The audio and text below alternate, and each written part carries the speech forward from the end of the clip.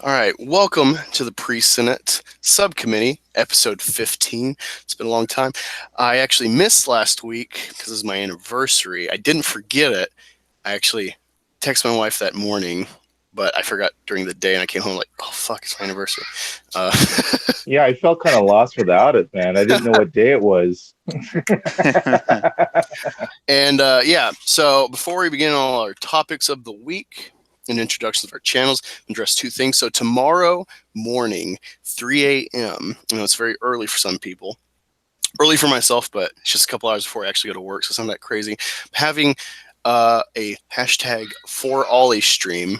It's to raise funds for research, essentially charity, for leukodystrophy research. And leukodystrophy is what killed Ollie, and his sister, still alive, Layla, is actually dealing with this as well.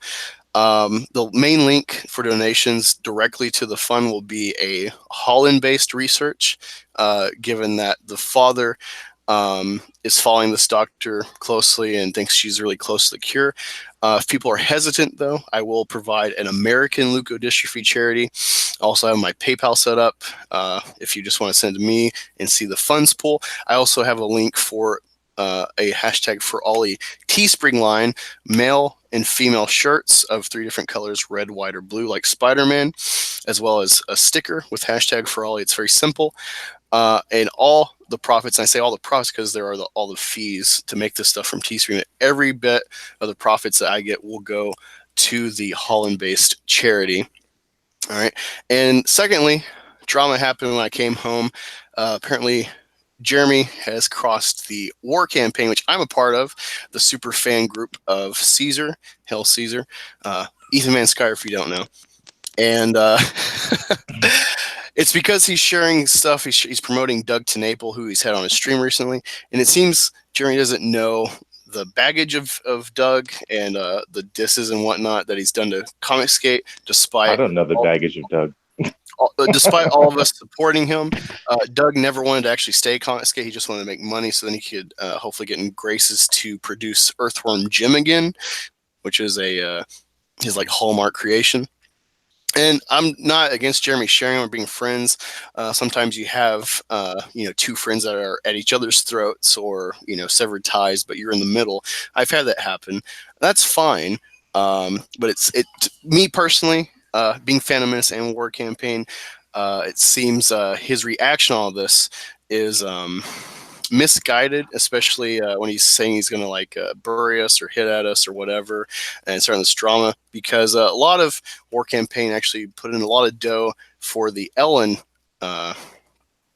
charity for her funeral and whatnot. I've been supporting him at least when he hosts the High Council, if not actual avid followers as well, myself included. So yeah, I just want to address that because I know some people are like, "What's the War Campaign?" They're not aware of Caesar's following and whatnot and Comicsgate. They don't follow that stuff. I just want to address it from, I think, a fairly neutral standpoint. So I just want to get those away. Please come by or watch the replay of the For Ollie stream tomorrow morning. I will have one big, at least, Jesse Milestone. Along with me will be Rookie Critic. Drunk 3PO might come on depending on his schedule, and he's doing some personal stuff at the moment, so that might get in the way actually of plans for a few days going on. Lethal Lightning, Red Gaze. I'm hoping I'm not forgetting anyone. I've invited a bunch of people. We'll see who comes. The father of Ollie, Lloyd Jones, will be here to clarify any stuff about like the tombstone and whatnot. The application or request process that he went through with Disney at the time, because some people are like, why didn't you just do this or buy it and whatnot. I think the legal stuff with burying people, especially with copyright images, is different than if you just did in America. So we'll address that. We'll reminisce about Ollie. We'll raise funds for leukodystrophy research in his honor, and have a fun time like always on my channel. But I just wanted to clear those two things up in case you're on Twitter following Jeremy and or myself and see this drama and are aware of tomorrow. It's a very important stream. Hope you all can make it or share it. And I'll be tweeting it out again after this stream. So I want to introduce the panelists. I'm not sure if I've had Stevie. I know I've had Stevie on, but I'm not sure if I had you on a Presenate. Say hello to people that might not know you, Stevie. Yeah, g'day guys. Yeah, I don't think I've been on this one before, so thanks for having me. Stevie J Reviews, just doing movie reviews, trailer reactions, and general discussions around entertainment. So yeah, I've been catching up with Angus a little bit, and he was on my stream last week, I think. So yeah, really excited to be on. So thanks, mate. Awesome. Yeah, I love having you on. Immortal Cool, I actually added you to the stream if you want to come in, or if you're busy, that's fine if you want to come in later. Chris Knight had you and Sean on Wednesday for Utter Chaos, the adult happening. Finally, my stream, Utter Chaos, finally turned 18 episodes. How's it coming back on board? How's your day going? Tell us about your channel. Well, everything's going good, and yeah, I enjoyed that. We have some good discussions. We had a good discussion on my channel a couple weeks ago. I was glad to have you then, and I was happy to have you be on your channel Wednesday, and I'm happy to be back again. I'm part of the Real Review 3000. We are ADHD for YouTube, is what I like to say. But you can go check us out over there. We've got our watch hours, but we're trying to get our subscribers up. So if you haven't checked us out, please go check us out and please subscribe. Awesome. And Roger. Yeah. What's up? I've just been working on my story. I don't know if you've noticed, I've been posting like I've got this vampire story I've been working on with 4-page chapters. It's just like a short story that I just kind of been developing. So yeah, no, I'm so busy, it's like I was just telling you about my work and then doing stuff, trying to put out content and keep up with everyone and watch stuff to stay fresh. So sorry if I don't, that's why I don't just like shit. I don't like stuff if I don't actually engage it and read it. Right. Unless I engage it. Because for all I know, you could be like Star Wars or vampires, whatever. Go vote for Richard Spencer. It's like, I need to read this stuff. I need to. Yeah. I know that's not you. I can trust you, but you never know. You never know when you might turn. So I trust you, but I don't. But I do. It's just especially trying to build a YouTube channel, you gotta watch your corners. So yeah, I trust you more than the people I don't. I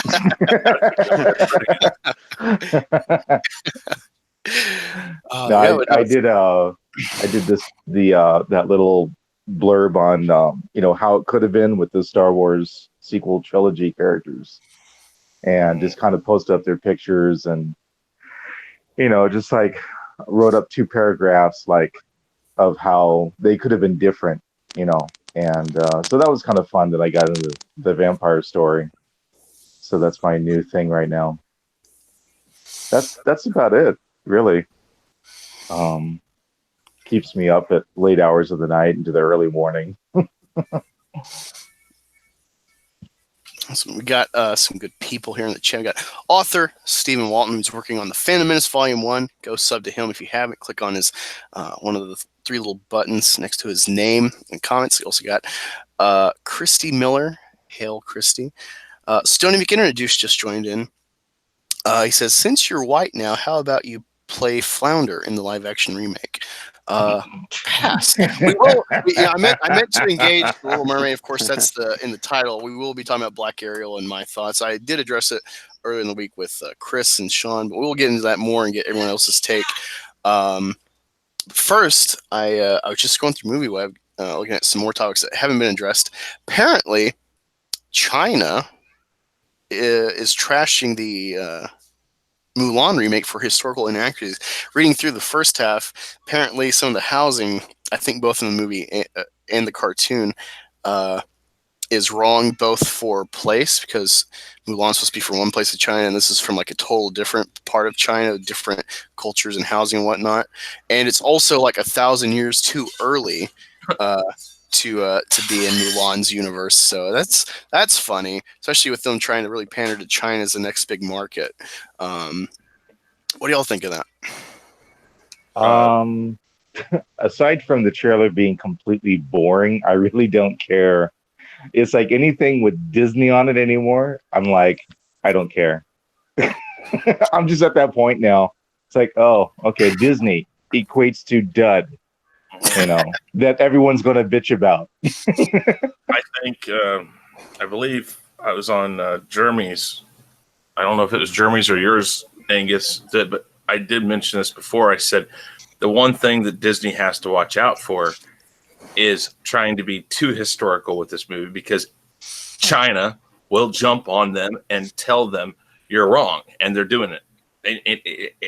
It's just the thing. You don't take a people who have centuries and centuries and all this time of history, who know it through and through, because that's that country. People still live in some of these buildings that were built 200, 300, 400 years ago, thousands of years ago, whatever.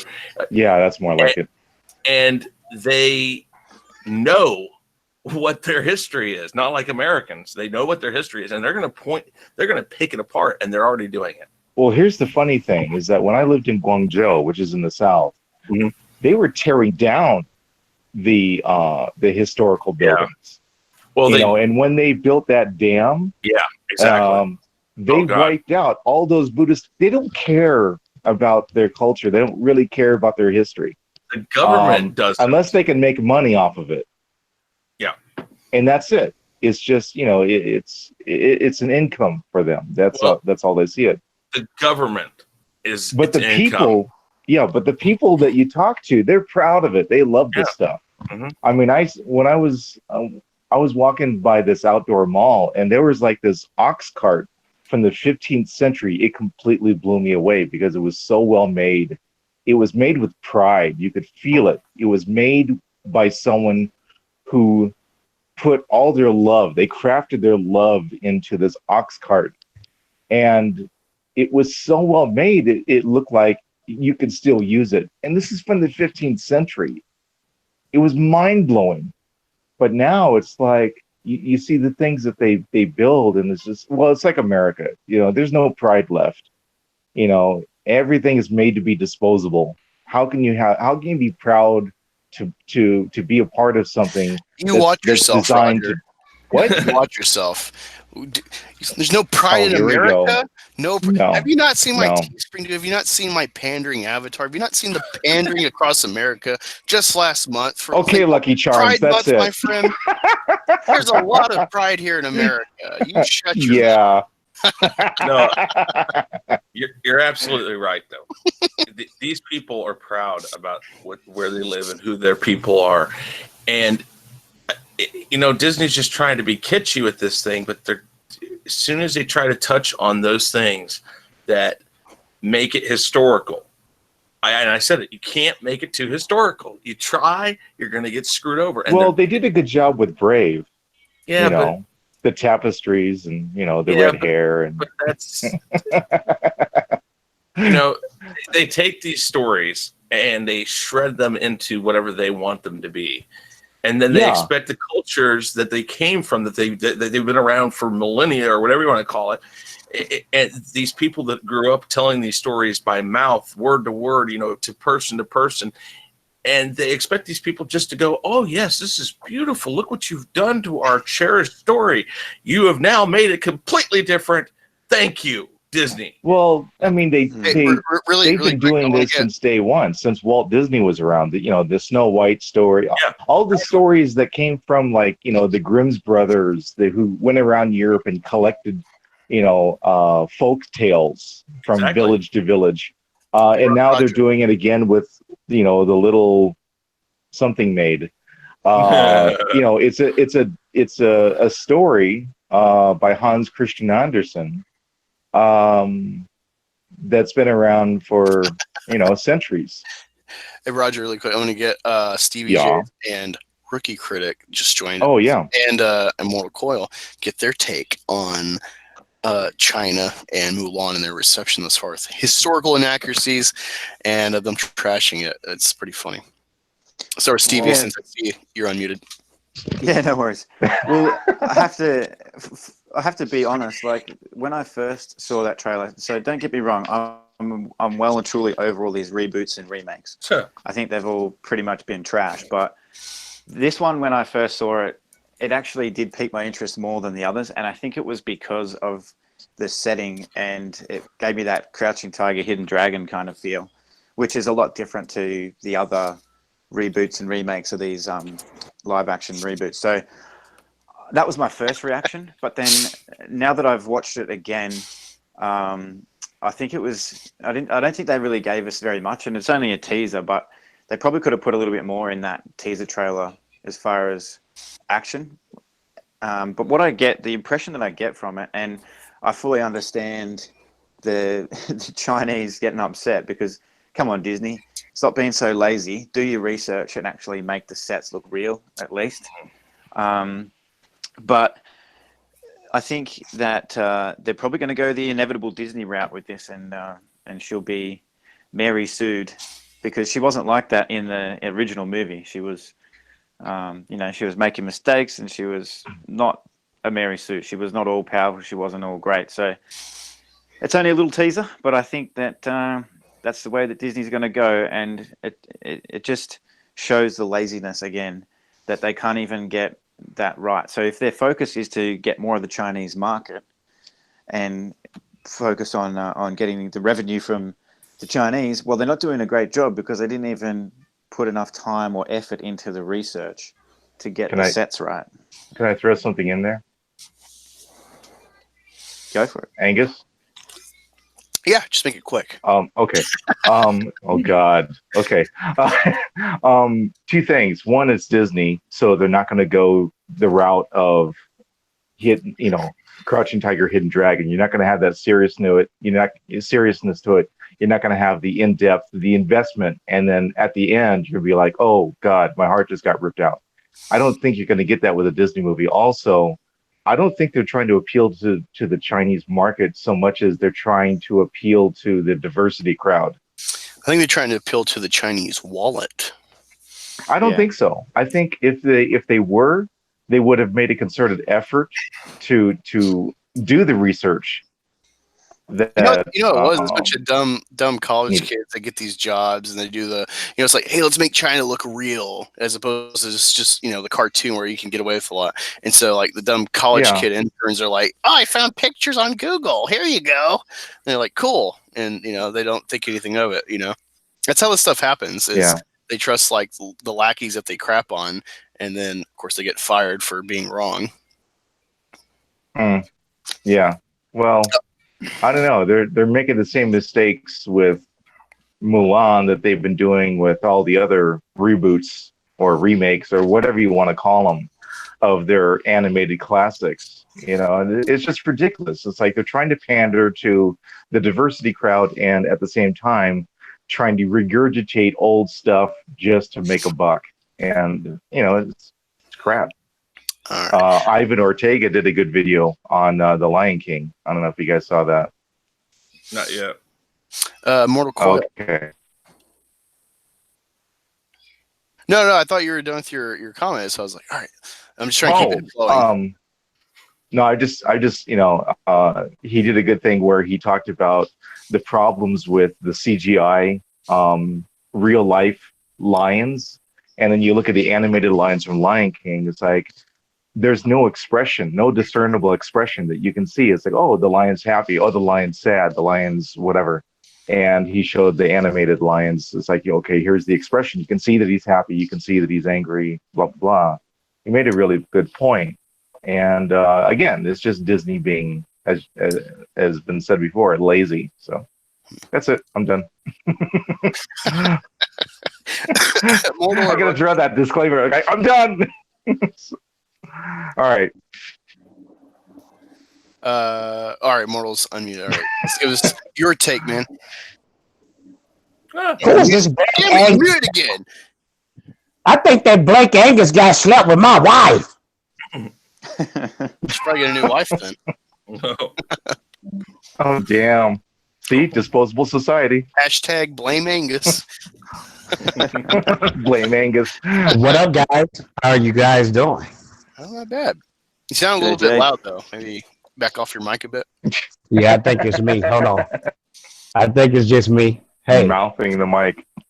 Fatal J is back on Lovers Radio. All right, Fatal, we got Immortal. He's going to give us his take on this thing that's going down with China crapping on Mulan's historical inaccuracies. Oh, really? I didn't know that was going on, man. I thought they would have thought that was the best thing ever. Immortal, are you You're gonna talk or you say muted. I keep seeing his mute button keep going, so I'm like, what the hell? All right, he's not talking. Rookie critic, go. Technical difficulties. There's a long movie coming out. Yeah, next year.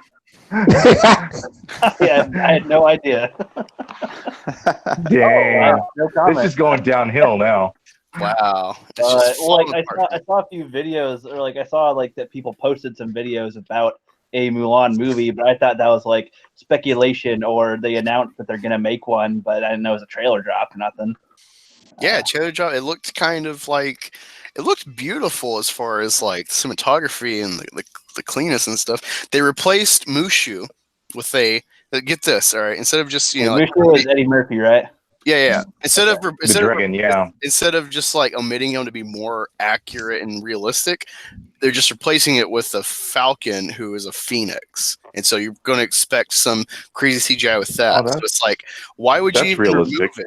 Why would you remove the fake dragon in this fantasy story in feudal China just to put in a fantastical phoenix? Because that's simpler. Like, I don't get it. Wait. So It's because Dark Phoenix was a success. Well, I would say, I mean, Don't talk about my movie. God damn it! Sorry, Now that was a good one. I got triggered. I mean, they made in the Desolation of Smog, the Hobbit, and that was a pretty good looking dragon for and it's a huge dragon, and this is a smaller one. So I'd assume they'd be able to make a good enough looking one with the right backgrounds or something. I don't know. Was it because it would look weird, or because they just wanted to go, hey, instead of a dragon, why not a bird? Now, do y'all want the real truth? Sure. Let's hear it. Fair. Oh, here we go. This is the real truth. This is the thing about Disney. The real truth. China wants that. They want their China money, so they don't want a dragon sounding like a black guy, acting all crazy and making the movie, making the movie more than what it is. So they just want a straight Chinese movie with no black guy in it. That's but why wouldn't they just have a dragon still? Because dragon goes hand in hand with China. Yeah, why don't we just get Matt Damon to narrate it? And he was in the Great Wall. They're gonna say Mark Wahlberg. Oh, Mark Wahlberg, be great. Like, the Great Wahlberg. How's it going, Mulan? All right, cool. Say hi to your mother for me. Is this fucking coming through? Yeah. Wow. Okay.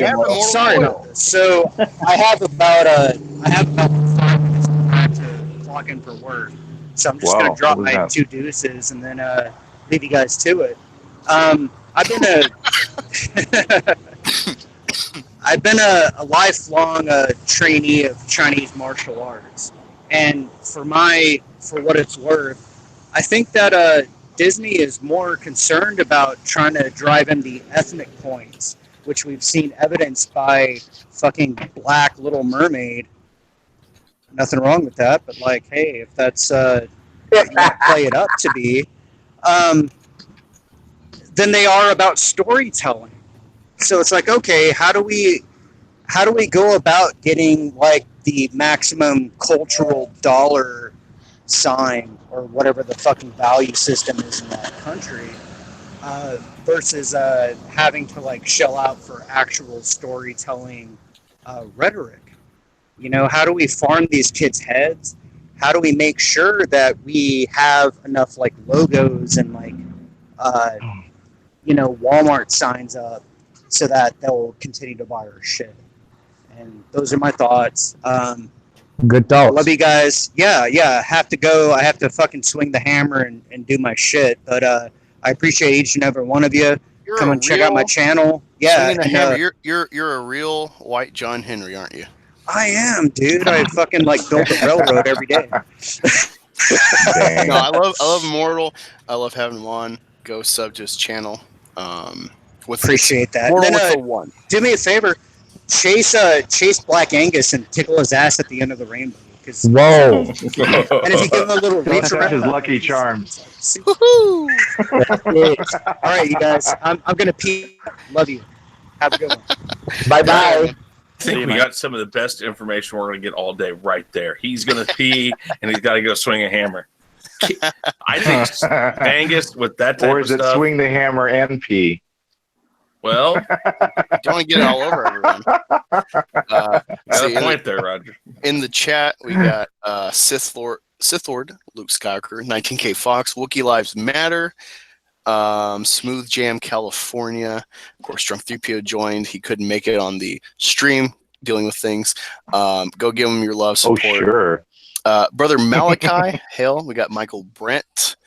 So we can introduce you as well. He Stoney actually says a good point. He's like, I don't think it's actually a phoenix. There's a different but very similar flaming bird from Asian mythology. Well, we're in America, we call them phoenixes.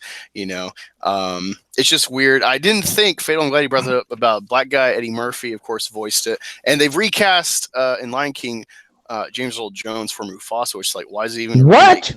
Yeah, like he's the voice of Mufasa in the new one, so it's like, why even make a new one? Man, look here. That's freaking Darth Vader. That was the whole reason why I was gonna see the movie. Now I don't want to see the movie. No. James Earl Jones is the voice again in Lion King. Oh, okay. I thought you said he was. I'm saying, why even remake it if he's recast for something he's already done and just a remake? So it's kind of stupid. Like, remakes are supposed to be like, hey, let's put a new spin, a new angle, a new, at least, like, you know, it's like The Hobbit. The Hobbit was a cartoon in like the 70s. Looks kind of crappy. And then you get the new Hobbit. Basically, he's being paid to say the same lines he said in the cartoon. Wow. Listen, he's loving life. It's not the first time an actor has done the exact same thing more than once and gotten paid for it. I'm not aware of it. It's just weird. I'll go with the great American actor. But I mean, Black Angus, is you saying that you want Eddie Murphy back in this movie? Well, I mean, if you're going to bring back James Earl Jones, I mean, Eddie Murphy put a stamp on Mushu for the comic relief. But I didn't think of that. I didn't think of the black guy angle because they hate Finn. And they also hate Rose because she's Vietnamese. And Chinese people, like, that's the way that people think America hates Mexicans. Like, that's how China actually is with, like, Southeast Asia. Like, that's China in the past has had naval skirmishes with Vietnam, so they're not on friendly terms. Yeah. And as far as China's concerned, Vietnam is a part of China. Yeah, so. and they tried to push like, oh, we got Asian representation. It's like, you're trying to sell to China, and you have the Asian who's not Chinese and not looked favorably upon, given her nationality, by the Chinese, kissing a black guy, and they don't like black people. No, they don't. They don't. I worked in China. They don't. And I heard this from... Except the Wu Clan. Well, I don't know about that, but the black guys that I worked with, they always got paid less than the white people in China. And there was a group of us teachers sitting around a table once, and this Asian guy, this Chinese guy walks in looking for teachers. And he's asking us, hey, do you know any teachers, blah, blah, blah. And then he said no, and then he dropped the N-word. And we all just looked at him like, you know, it was dead silence. And we just stared at him like, you need to move on. But you know, this is what's crazy. And I didn't mean to cut you off, my friend, but yeah, I'm usually with movies sticking with the source material. But I can see where Disney coming from with this one. It doesn't make any sense putting Eddie Murphy in this movie at all. They want to cater 100% to China. They want to get all the money from China. They're not going to get anything, though. Well, but it didn't work. I don't think the issue is Eddie Murphy. It's replacing the dragon with a bird. I think they're just trying to piss off the Chinese, personally. The issue is that they're trying too hard to cater to China, and by doing so, it's going to piss China off. And you may be right; they may be trying to piss them off purposely. Yeah. Who knows? I mean, Disney does. Well, China is starting to take over Hollywood. They bought Legendary Pictures. Yep. Yeah. Wow. So I knew that. You look at the. Did you watch the Meg? Yeah. But Batman is it's like Godzilla. You know, it's an American movie, and people are listening to Mandarin, and it's like, okay, so let the indoctrination begin. You know, but a lot of American movies are starting to go that route, and if you watch the credits, you'll see Legendary Pictures on every single one of them. Hey, who is this talking right now? Is this Stevie J? No, it's no. Oh, okay. Well, I I was about to get hyped up if this is Stevie J talking. This is Immortal talking? I'm sorry to disappoint you. Man, it's all love. Yeah, Well, all right, It's cool. You make you make a good point there about China trying to take over Hollywood because, and I'll just make the reference to Blade Runner. You see the influence of China and Asian culture in that. That's kind of been the prediction for years because of how big their culture is that they're slowly taking over things. And I totally agree with it with them buying. Well, Legendary even the and other first things. Blade Runner. No, that's what I'm saying. Saw The first one, okay. that was what that was the impetus of that was that overcrowding of the earth, and that at the time, even then, like I don't know what it is now, but like probably almost half the population is an Asian population. Exactly. I mean, so don't think for a minute that they can't do this. And I think it could very well be in 50 to 100 years. It could just be China versus Disney. Yeah. Well, look at did you ever watch Firefly or Serenity? Mm-hmm. Yeah. I mean, it's like the perfect blend of Chinese and Western culture. Mm-hmm. And so you had people speaking, half Mandarin and half English. And again, the same thing was in Blade Runner. They had like this mishmash language. You throw in a little Chinese, a little Japanese, a little English, a little German. Yep. So it was a multicultural language. Yeah. Well, let me tell y'all something. This is how I know that the movies really depend on China. I got this little device where I can watch free movies called Fire Stick. And whenever I want that real good version, guess what language is at the bottom? Chinese. Mm-hmm. Yeah. Really quick, I think we've talked Mulan and China to death. I thought this was about the Little Mermaid. No. We'll get to that. We're about to get to that. There was a point I was going to address, and I lost. I should have wrote at least a little note down. That's my advice to anyone who live streams. I do have a notepad by me, but I didn't write the topic right in my head at the moment. Always have a notepad handy in case you forget these things. Next topic, we will get to the main topic now, and I'll start with Fatal J being more black than me. We'll start with him and go down the list. You mocha. More white. We'll go from darkest to lightest. So I'll be second after Fatal, given my fine. I'm going last. Well, all y'all can take last because you're all freaking white besides Fatal. Yeah, Fatal, I want to get your take on Black Ariel.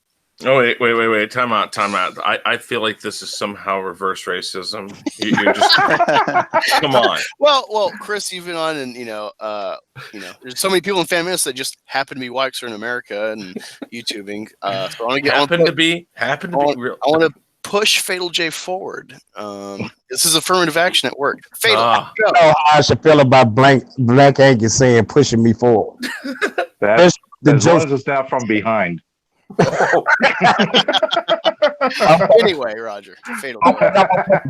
Sorry, guys. Sorry, real quick. I just got to get going. I got to go look after the kids. I'll jump back on if I can. But yeah. Come back in. We'll be going.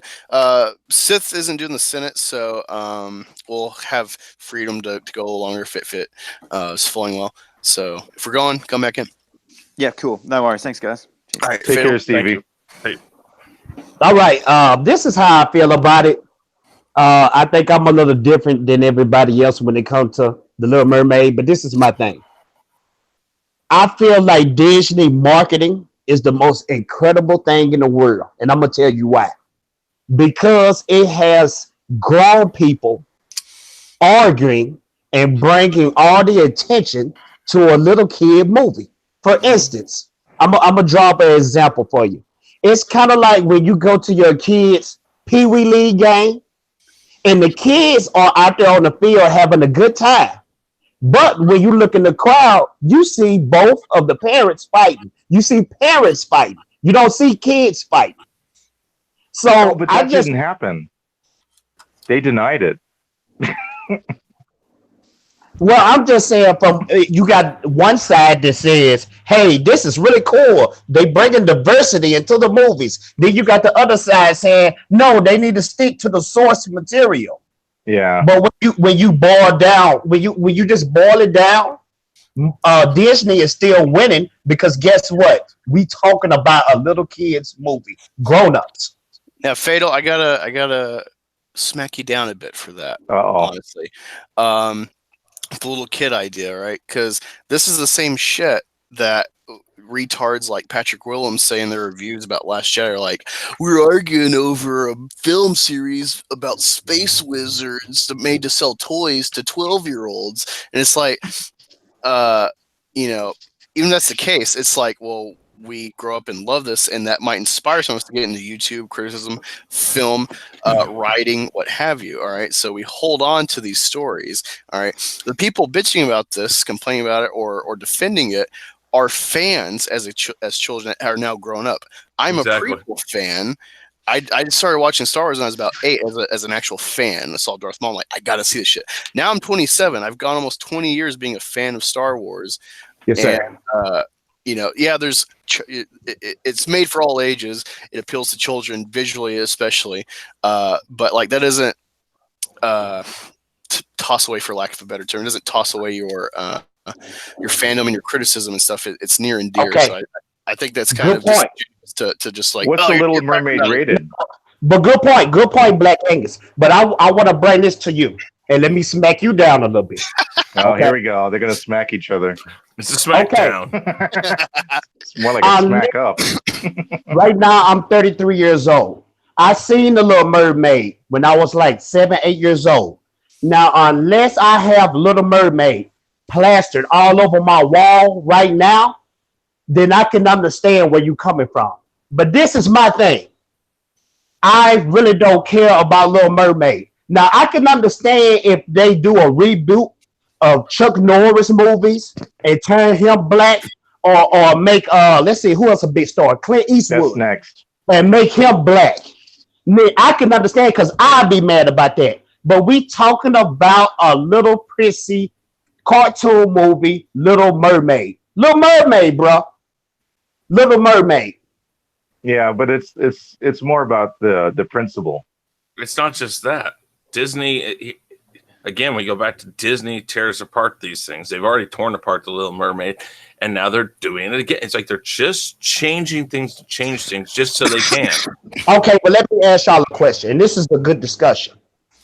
If they would have kept Ariel white, would you still go see the movie and support it? It's not about, for me, it's not about support one way or another. I could care less. I really could. But see, that's how I feel. I care less. Well, here's okay. Let me make this point real quick, Fatal. You let someone borrow $5 from you, all right, and then they never pay you back, and then they come back to you like, let's say a week later, and they ask to borrow $20 or $30. You gonna let them borrow that money? No, I'm gonna tell them to kiss my fucking ass. Okay, this is what's happening with Disney. They're starting out small, and they're gonna just keep expanding. That's my point. Good question. Now, good statement. Now, what are we supposed to do about it? Are we gonna keep ranting about it, or are we gonna stop supporting these movies? Stop supporting them. Yeah, I agree. Because let me tell you something. We can bitch and complain about movies like Star Wars all we want, but they still breaking records in the box office. They are, because people are buying into it. Sorry, go ahead. Oh, well, I was going to say, the thing about this, why it's important, regardless if we're funding it, Fatal, and I get that there's like, well, let's cater to the fans that pay. That's fine, but like, they're not adapting Little Mermaid the book. You know, people are arguing like I don't know if you saw John talks to that video where it's like this clapback on Twitter or Facebook from like Freeform TV. It's actually a company owned by Disney. So it's essentially Disney using a fake third party to like diss the fans. Like, you're just a bunch of racists. You need to fix yourself if you don't like Black Ariel. What this is, all right, and this is me as I'd say I'm pretty neutral because had this conversation last week when this whole blew up. I don't identify as black. Like, I'm aware I'm black. I make a joke with Black Angus. I'm an Angus of color, all that stuff. I'm American. I don't care about being black or white or Native American. I'll use those statuses to help my stature because that's the way the system is set up. I have children. I need to do the best for them. But it doesn't really matter. And we're at a point where it shouldn't matter your sexuality, your race, gender, whatever. All right. But there's this initiative to like I'm sure you're aware, whether you're for it or not, of like Congress. There's talks in Congress about reparations for slavery, about paying the descendants of slaves. It'll never happen. But you never know. You never know. I want my 40 acres of my mule. Yeah. Oh wait, I can't. But here's the thing. There's a push in the government. There's people talking at our government facilities about the prospect of reparations. Doesn't matter if it happens or not. It's being discussed, so it's a possibility, right? And along with like governmental enforcement, the other factor is entertainment. We spend like 50% of our time digesting entertainment in some form compared to previous generations. All right. And so the push in entertainment is, yeah, we got these white people, whatever, but instead of making Captain America, if we bitch about it, like, hey, don't make him black, don't retool Falcon just to make black Captain America or whatever. It's, oh, all right, we'll make these new things or whatever. And you retool Ariel, an established white redhead, make her black, and then when you release the costumes for the new iteration, the live action, you start attacking white girls who love Ariel and like, all right, I'll wear live action cosplay. Maybe she has braids or dreads because she's black and that's part of like Caribbean or African culture and stuff, and in America too, to some extent.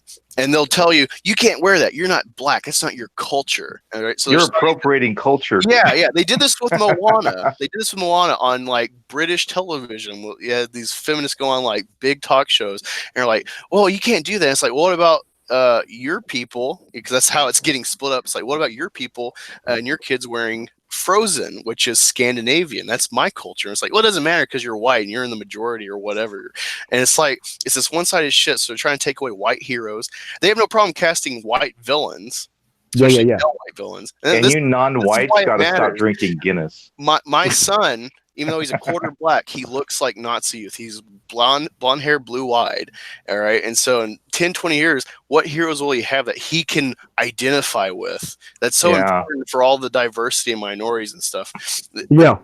And that's the problem where it's like, even though he's a quarterback, he fits in the minority. He doesn't look it. So people just instantly attack him because of his looks. And this is how it's getting split. This is why it's important. They're trying to take away the heroes for white people and guilt them and push them in a corner. And so then it just perpetuates where it's like, why you only wear X white character? And it's like, well, you tell me the system is I can't wear blank like I can't wear T'Challa because I'm white, so I wear Magneto or something, whatever. But look what it's doing to the culture in America. You have to look at the end game. You have to look at the result. It's just to cause division. Yeah, exactly. And that's all it is. And who benefits from a divided America? I'm not saying you guys are wrong. I'm definitely not saying you guys are wrong. It's no reason why they should have changed Ariel's color. But I see what Disney is doing in the long run. They are coming out with all these old cartoon movies and they changing them into live action. And with this Little Mermaid, I don't think they thought this was going to be as strong as Lion King or Frozen or anything else. So they threw something in the mix because Disney always do this. Every few years, they'll put a movie on the scene and they'll brain racing to it. They did it with Force Awakens. Remember when they had Finn? They were showing Finn in the trailers and he was walking around in the stormtrooper suit. That caused a big racial division. So that's Disney marketing tool. Bring a little racial division into play and bring the attention to this new movie that's coming out. I got to say, I liked Finn in the first movie in TFA, but they just did such a crap job with him in TLJ. I was like, that was irritating. I didn't see like, oh, they got a black guy in there. I just saw him as a really cool character with a lot of potential. But it's not just Disney that's doing this. It's all the other production companies. I agree. You know, I'm looking at the bigger picture here. What is the ultimate game plan to all this? Because it's creating chaos. It's creating, as you said, division. And, you know, we're getting into social anarchy. Everything's coming apart. Who's going to benefit from that? You know? Yeah. And this goes all the way back to the 60s when we were actually united as a race and we were speaking out. We were voicing our opinions. We were telling the government, this isn't right. You need to stop doing this. And that's when our education system began to go into decline. because they realized like these people are too smart. It's scary. They know their rights and they're together. You know, it's And the you whole hit, Tower of Babel thing. well, You you know, hit the nail on the head because you asking the questions. Why are they bringing this content that's making us divided? and Is it supporting that division. a reason why they want to keep the masses divided? Those are good questions to ask. No, but that's Yeah. exactly what they do. I mean, it's just like your government. It's not designed. It's all, again, it's smoke and mirrors. It's keep your eye over here, keep your eye Yep. over here, but don't look forward, because if you look forward, you're going to see what we're doing. Yeah. And I understand what you're saying, Fatal, about the fact that, you know, maybe it's because they didn't think this was going to be a strong movie, but I don't think that's the case, because they're just going out to redo and rehash these movies. I don't think it has anything to do with it. I think if they were worried about it being a good movie or a strong movie, they wouldn't be rehashing all these old movies. That's not what they're doing it for. I do agree that it's there for division. I do agree that they're trying, again, like everything else has been, whether or not that was why, you know, The Last Jedi was The Last Jedi or not, it became a division. And this is something that makes it easier to control masses. And media is a part of controlling masses. And, you know, watch your news. Doesn't matter what you believe and doesn't matter which side of the fence you fall on. It is still trying to divide you. It's trying to push you farther this way and farther this way. Because here's the thing. If that pendulum swings right in that middle area, everything's good. Everybody's happy and everything's going great. But that's not what they want. Exactly. Now You've got 5 guys. They don't want Sorry. everything going great. You just said it. They don't want everything going great. If everything will go great and everybody came together, that's not marketable. That's not profitable. You know? Nope. That's why when Black Panther came out, all that race issues came up. With Star Wars, The Force Awakens, race came up.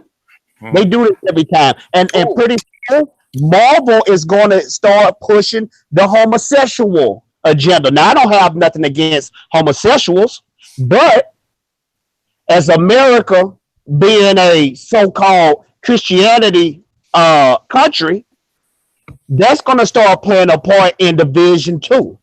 But it was never set up to be strictly Christian. Yeah, it was the founding fathers. Yes. Yeah, and this is why they refer to God or whatever as the creator. They didn't put a name on it. They didn't put a label on it. Yeah. They wanted to make it open because the Puritans had created so many problems when they first came over. They were persecuted in Holland and in England, and so they came over to America to live a persecution-free life. But then they turned around and did the exact same thing to everyone around them. Exactly right. Fatal, I wanted to add something because you brought up a good point talking about race, where it's like Black Panther race came up, Star Wars race came up. I made a video where I pointed that out, where it's like we should have saw this shit from the beginning, because I remember it was kind of weird being a Star Wars fan, looking forward to Force Awakens, looking for any fucking news, being excited, and like one of the first things was like, boom, trailer, and then everyone's like, wait, why is there a black stormtrooper? And it's because we know the series, and John Boyega is supposed to be a Star Wars fan. He knows the series, especially if you're just an original trilogy fan. You know, it's like a big allegory for like space Nazis, you know, and not only are they white centric, you know, they're human centric, but they're white centric even within that human confine. And John Boyega, like, you know, is like, oh yeah, get used to it, you know, Black Stormtrooper. And we should have saw it then, right? So what's weird to add from that John Talks was in the freeform reply whatever about this topic, where it's like, yeah, we know, but it's like, we know the source material, maybe the author of The Little Mermaid intended this to be Danish and blah, blah, blah. And it's like, well, black people could be Danish. And it's like, fine, right? Fine. But to flip the script, it's like, all right, well, white people can be African, and therefore you could have a white Black Panther. Leonardo DiCaprio is South African, but you'll never have them defend a white Black Panther, because that's race, that's whitewashing. It happened to Scarlett Johansson with Ghost in the Shell, where it's like they're whitewashing a Japanese character. Exactly. Japanese did not care, and also she could have been a white Japanese. You just brought up my point again. Everybody got up about the Ghost in the Shell movie about her not being Asian. That's their marketing. That's the marketing.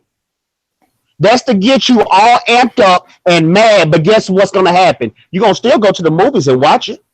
You're going to still go to the red box and rent it out. You know what I mean? That's the new marketing.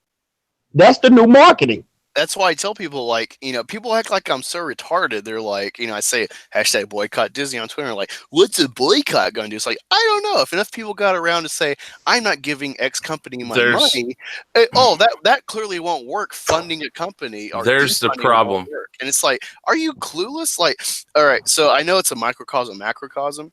People get triggered by this comparison, but when you boil down the civil rights bus boycott, it's just like Confiscate. It's a simple argument of I'm a customer or I'm part of a customer base that you're targeting hatefully, and still expect my fucking money. Mm-hmm. That's what it boils down to. Outside of the whole race discrepancies in America at the time. Hey, I don't care. Like, really, it's like, I don't care if you're racist against me, but you want my money. You're going to treat me with respect, or I'm going to boycott. We're going to just get up earlier and walk to work. And then you'll see how quick you bend the knee to me, the customer. And people, for some reason, don't get it. It's in our blood as Americans. We did it to Britain. We said, hey, taxation without representation, boycott, bitch. And we did it with the bus boycotts. It worked. And for some reason, people are so hard about the Disney label on a product. They think, oh, I just can't resist it. Like, you can't wait 3 months for it to be on Redbox. And it's like, I don't get it's cognitive dissonance. It just pisses me off to no end. But Black Angus, you right. Go ahead, my friend. I'm talking over you. Here's the problem. And Angus, you are absolutely right. Here's the problem, though. Disney has ingrained itself into so many different facets of our culture that to boycott one thing, say Star Wars, does not boycott all things. So let's say you loved Star Wars and you hate what they did with Star Wars, so you're going to boycott all the Star Wars movies. Great. But then you go watch all these reboots because you're still a big fan of the old, animated movies. It is such a hard thing for some people to boycott Disney because they are literally knee deep in everything you do. I went and I bought celery 2 months ago, and I almost did a video on it because on my thing of celery was Mickey Mouse, which means when I bought that celery for $2 and whatever cents, whatever it was, because it was the pre-cut 3 stalks, whatever, I paid money and it went to Disney. Some amount of that went to Disney.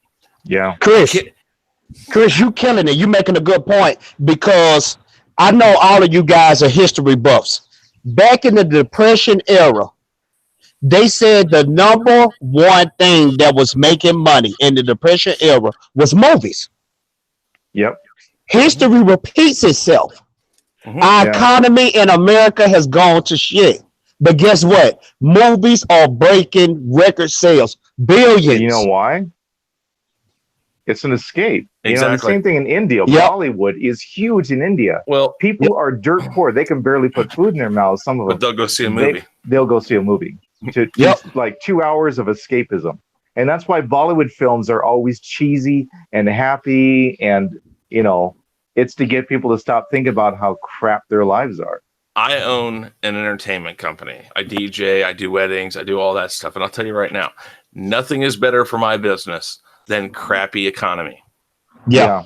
Because people will drink more. They will go to a wedding and they'll dance. They'll party down. They'll do all this crazy stuff. Why? Because they don't want to think about what's at home or what's outside that door. They want to be someplace else. And that's what the movies offer. And again, and that's the problem. Exactly. And so I understand exactly what Angus is saying. And I totally agree. Yes, boycotts work, but the problem is it's gone so long that now they have ingrained themselves into so many things we have done to the point that I bought a thing of celery with Mickey Mouse on it. Here's the thing. There's a boycott that. I want celery. If I want ease of celery, I guess I could have dug through everything to make sure not every package had it. Yeah. But I mean that's pretty deep in your life. There's a site, Business Insider, and they did a report in 2012, and they called it The Illusion of Choice. There are 6 corporations that own 90% of the media in this country. Mm-hmm. You've got GE, you've got News Corp, you've got Disney, Viacom, Time Warner, and CBS. Wait, Roger, that's actually pronounced G. You own a lot of shit. Yeah, no kidding. But I mean, Disney is like ABC, ESPN, Pixar, Miramax, and of course Marvel. Now they've got Fox, Lucasfilm, and Marvel Comics. Yeah, and they've got Lucasfilm, Viacom, MTV, Nice Junior, BET. Oh my God, Viacom owns BET. So there goes your culture, Angus. CMT. I do not have cattle I TV. know. Man, look, I'm black and I hate BT. Damn.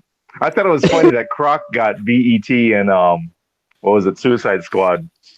He wanted to watch BET. Oh God, I'm like, wow, stereotype much? I know, really. Like, But okay, so Croc is black. Who knew? I can perfectly see from both of y'all sides, especially Black Angus, because the only way that you can bring down something huge is not buying it. But Chris made an excellent point. Yep. We so deep into it, it's really no way you can stop it at this point. Yeah. Okay. Another good way of analogizing this, and we've kind of talked Nazis and stuff like this. The Nazi Empire was only given the chance to be what it was because people turned a blind eye to it for so long. And then all of a sudden, people were like, well, wait a minute. They're doing this, they're doing this, they're doing that. And we got to do something about this. And it became World War II because we turned a blind eye. And so many people have turned a blind eye to all these little tweaks that Disney did. And this is what I say about, people who are like, well, they can't buy this, they can't buy this. I can't remember who it was. I was talking to somebody about Spider-Man, and I said, well, they don't own Spider-Man, but they're going to get it. Oh, no. Sony won't give that up. I'm like, just you wait and see. Because here's the thing. They're not buying companies. They're buying the companies. They're liquidating the companies, but they're taking everything that company had. And they're buying properties, not companies. And that is what they're doing. And the more we let them do this, it is something. We can't stop it. We can't stop watch this, 20th Chris. Century Fox. I mean, it's crazy. Watch this, Chris. The more Disney buy, the less competition they have. Exactly. So at that point, they can start doing anything they want to do, and we have to take it. Well, they're almost there anyways. And I know people want to say antitrust this, antitrust that. Listen, I work for a company, the casino, okay? And that company just got bought out by a smaller company that had higher and stronger shares.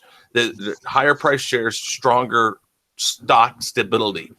And what they're doing is they're buying our name because our name is worldwide and they want the name. They're not going to get rid of our properties that are profitable, but they're selling a bunch of their other properties, and they're getting rid of properties, but they're buying the profit. So again, in a similar sense, Disney buys Spider-Man. They have to buy Sony, but when they buy Sony, whatever they don't want, they're going to sell off. So Sony doesn't own the Beatles music anymore, but if they owned the Beatles music and Disney didn't want the Beatles music, which I pray to God they wouldn't take, they would sell off the Beatles music, but they take Spider-Man. And then I have Spider-Man now, but look, I threw away Sony. Sony doesn't exist anymore. So I don't have that company anymore. I took a thing. So I bought the store, but I took all the product out of the store, and the store no longer exists. I didn't buy the store. It's how I know you're not lying. Because I used to read comics religiously about 3 or 4 years ago, and I used to read all the comics from this company called Cross Gene Comics. Cross Gene Comics went bankrupt. Okay? Mm-hmm. Disney bought Cross Gene Comics. The only reason why they bought Cross Gene Comics is because it was a pirate comic book that they wanted, so they could turn that into a ride. The rest of those awesome comic books that came from Cross Gene Comics are now dead. And that's what they're doing. It does. That's what they do. And you can't stop that because not even antitrust can go against them, because all they're going to tell the antitrust is we want this. We just want this one thing. And what we're going to do is we're going to sell off the other stuff or get rid of the other stuff that we don't need. And so then the antitrust people and the trade commissions all look at it and go like, oh, so just what you're doing is you're going to sell Sony. Yeah, well, I'm going to sell Sony, but they're going to sell Sony to somebody that doesn't want to make pictures. They're going to sell Sony to somebody that's going to sit on it. And they're going to make sure they find that person because they'll get that person because that will be part of the sale is you're going to get Sony, but you're not going to make movies against us. Yeah. Yeah. Yeah, it's they'll get Universal, they'll get Columbia, they'll get everything. I really believe Hollywood on the U.S. side is going to be Disney, and then you'll have China's, and again China, Disney, and that's what you're going to have. Well, you got Warner Brothers too, you know. Yeah, well, in the mix. Yeah, this is what's scary. Is I tell people like I was telling my mom when this was like going on before because she's just a normie. She's like, oh, why'd they make Captain America a woman? Like, no, it's Captain Marvel. Like shit, and she's like, engaged because I'm so deep into this shit. And then she's just a normie, so I'm just like, leave me alone. But I'm like, this is going to kill art when you have. Exactly. That is, very rarely will you see a movie like Drive or Taxi Driver or Rival that might make 50% profit or something. Like no, they want like three times off of like $250+ million spent. This is all spectacle. Spectacle is cool, but you need like good art, something that says something that has a purpose that isn't superficial where it's like, look at Black Ariel. These same weirdos are like, you're racist. These fuckers never saw Moonlight, which is about addressing two minorities that cross, blacks and gays, that don't go hand in hand like they want to say all kumbaya and shit with diversity. Those are two things at odds in a lot of ways, especially in like the hood that they're showing and stuff. It's like you can't be a hustler, you can't be a gangster and get dicked in the ass. And that's going from a bi guy, it's like, like poetry by Angus. No one's going to respect you, barring maybe like, oh yeah, you're in prison or whatever. But yeah, you got to be the giver, not the catcher, in that circumstance. Black Angus, you just became my best friend. You just mentioned my favorite movie of all time, Drive. With Ryan Gosling? Yeah, I love Drive. But yeah, it's like stuff like that. That was a great movie. Disney's not pushing that. Disney isn't pushing some of their like weird like Touchstone and whatever other little companies where they like, oh, let's can't have the Disney logo, but we still own it. They're not even trying that now. They're just, people are so caught up in like, I need Deadpool with Spider-Man. Well, it's like, well, it's going to kill art and, no one's going to have anything cool. Even Netflix, they're trying to compete with Disney. So they're not going to push deeper shit. They're going to push like, what's the new shiny thing? They're treating us like raccoons and they're trapping us like in where the red fern grows, these little shiny shit in a log. Well, they think we stupid. People need to fucking wake up. You're gonna wonder like, why are my kids so stupid? Why are they only knowing how to add with Common Core? And it's like it's the same type of thing with art where it's like my kids can only think of like the dumbest shit, for creativity. I can boil this down with Disney to one thing that happened that people turned their eye, and it's where Disney realized we can do whatever we want and people won't care. So Disney had a company, I don't know if they still do, and it was basically Disney. They just changed the name. It was called Buena Vista. And Buena Vista had the castle and all the other crap and whatever. And they did a movie called Down and Out in Beverly Hills. I remember that. Okay. Now, Down and Out in Beverly Hills is about Nick Nolte, I think it was, who is a homeless person that gets taken in by this rich family. And there's a scene, I don't know who it was between which of the actors, because Bette Midler's in it. Oh, God, now I can't think Richard of his name. Dreyfuss. Yeah, Richard Dreyfuss. He's in it. He's having sex with a maid. Yes. Okay. And it blew up. I watched news took the news took it. Yeah, but we're not talking about porn. Well, it was pretty close. It was. I mean, it showed really skin graphic. on skin. And the thing is people blew up about that. They're like, this is Disney. We know it's Disney. Disney can't be like this. And you know what? After about a month or so, it went away. Yeah. And when people turned the blind eye to that and let Disney get away with that, because it was really graphic, and it wasn't like they were hiding that this is Disney. They just said, we're going to make adult movies now, or not adult movies, but we're going to make movies for adults, and we're going to put the same logo up here, but we're just going to change the name underneath it. Now it's Buena Vista. We're not Disney. We're Buena Vista. Sorry, Chris. I'm just laughing because you're like, oh, it's like a hardcore movie, adult, whatever. We're gonna do adult shit. I'm just thinking of I'm thinking of Give sex. it time. I hear Champ Kind or whatever from Anchorman 2, where he's like, wham, wham, wham. Well, think of the time that it came out. Yeah. What year did that down and out? 89. Hold on, I'll look it up real quick. But that movie, I mean, it was crazy because they let 86. Yeah. Okay. So I mean, think about that. That's a long time ago. But that's where it started. Yeah. That is where. And they were making a big deal about kids going home, by themselves. They call them latchkey kids. Yeah. And they made a big deal about that. That was, oh my God, these kids are, unsupervised. And that was like the last stage of the wholesome American family, the 80s. Because after that, everything just went to shit. I agree. We got in the 90s and you just kiss it all goodbye. The music was different in the 80s. Everything got packaged in the 90s, Yeah. And so that's when American culture really took a serious nosedive. I would say, at that point. Columbine. Hold on, and I'm going to show something really quick here. Do you mind if I present? Yeah, let me. Okay, hold just on. Don't flash us. I won't. Oh no, I won't do that. Okay, so keep it wholesome. Yeah, we'll do that. I gotta go over here. All right, I'm just going to show this real quick here. That's Buena Vista right there, and look at what they're showing. It's the halo and it's the castle.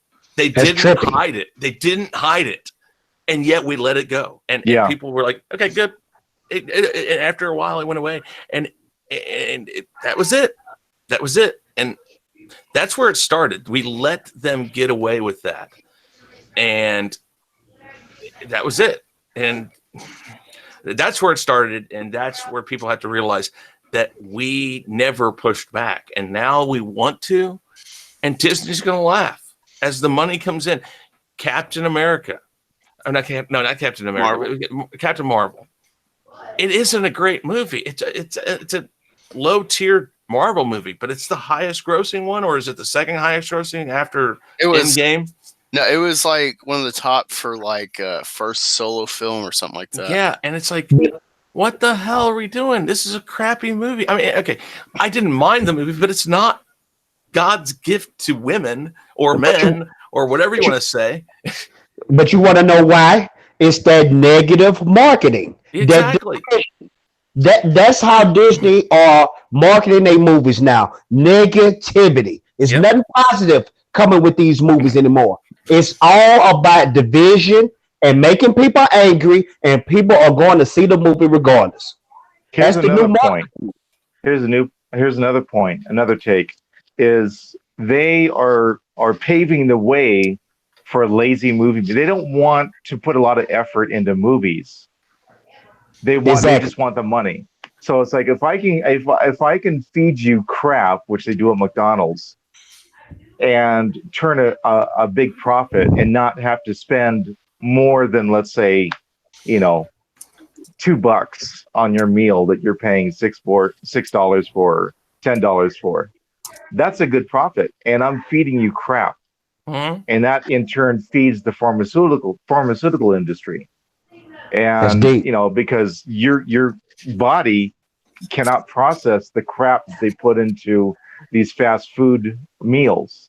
Yeah. And so that feeds the pharmaceuticals, and then that feeds the healthcare professionals who don't want to heal you. They want to just make money off of you. They want to keep you sick.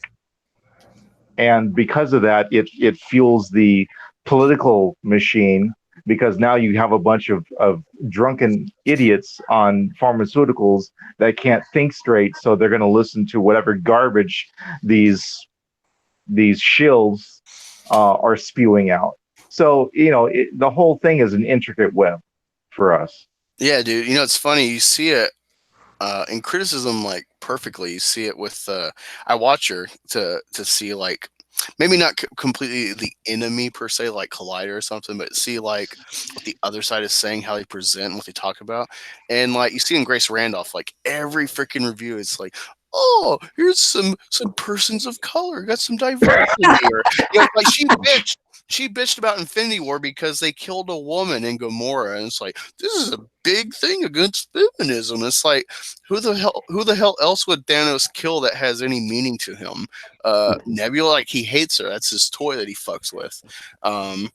Well, there's no love there. That's And it's the like, thing. and It's it's not like that he every hates her. movie, dude. Like, she refused to review Brightburn, and in my review I gave her the benefit of the doubt, but I looked into it while I was making my review, and in her replies it was like, it's a concern of safety. So she clearly, as SJW, had this mentality of like, oh, if I talk about a film that has violence against female characters in a fiction, a play on evil Superman, I'm promoting violence on women. Like, you see their line of thinking and stuff, and it's just, you got to look behind.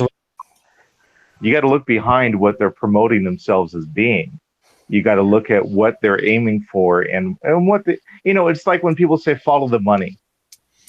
That's the bottom line.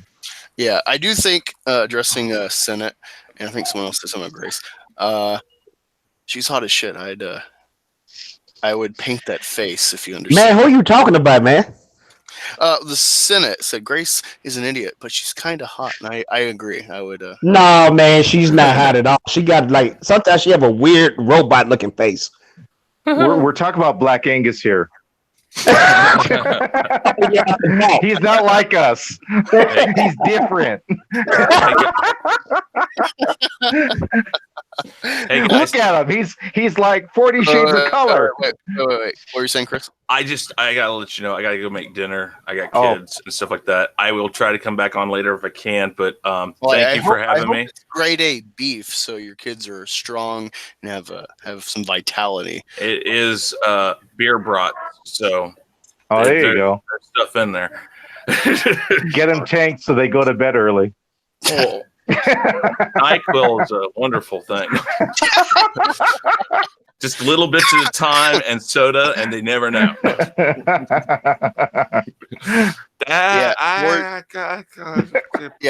Lord Callus. Grace is kind of a shill. Although it's weird because Grace. See you guys. Grace is weird because Take care, Chris.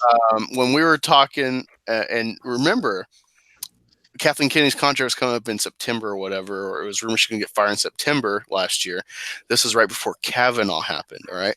And Grace Randall was talking about, and she has, worked in comics, both DC and Marvel, and been in with media to some extent. So I trust that she has insiders and stuff, as opposed to Mike Zero. All right. And so even she, and then Jeremy Johns himself was saying, like, I think Kathleen Kennedy needs to be fired. He's pretty neutral on all this shit and controversy and stuff. Grace Randolph herself was like, yeah, I think she needs to be fired. There's been too much crap, especially with Solo. She needs to go. And she's like, I got inside source saying there's a conference with Bob Iger and Lucasfilm going on. This might happen. And she was in favor of it. And so it's like, but then Kavanaugh happened, and it's like, believe all women. I think that's what really saved her ass, because it's like, big boy Disney cannot fire a woman, leader of Lucasfilm, with diversity as their strength when, Kavanaugh is being questioned as a rapist in high school. I think that's what really saved her. I think if Kavanaugh wasn't a controversy, I think she would have been fired. Because you never hear her. You've seen her once in a year at Celebration, and you talking about Kathleen Kennedy? Yeah. Well, this is the thing about Kathleen Kennedy. She's been in the game for a long time, ever since the 80s with Steven Spielberg. She was like Steven Spielberg's right-hand woman. So I knew they would. If it wasn't for her, Raiders would have been a shit movie. Well, this is my point. She's been in the game. But she's been in the game for a long time. And when you've been in the game that long, they're not going to get rid of you. They're just going to give you another position. So you see with Iger, like once Solo happened, like last time you saw her was the Solo premiere in LA with like the weird new Falcon on display, and she dressed me a little bit. There's like a French publication that people were using for a spin on videos, and then she was gone until Celebration the next year. And every time Star Wars come up, it was just addressing Iger, especially in September. It was Iger, and it was very weird. All right, and we've only seen her once since then, which I said Celebration. Have you heard about her since Celebration? It's going on 4 months now. Nope. And No. yeah, so like she got a 3-year contract, and that's it. She's a puppet.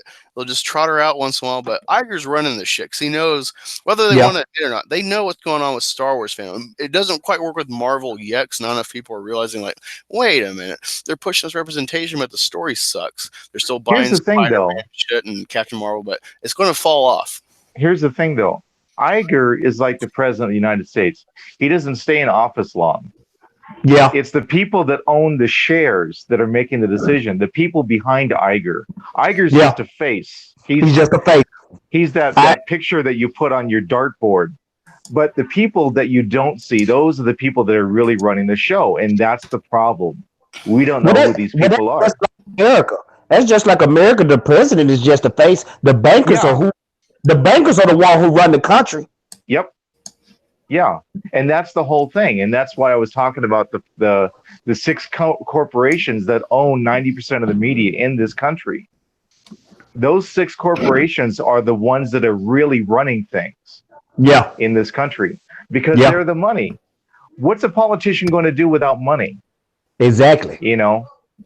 So that's what it's really down to.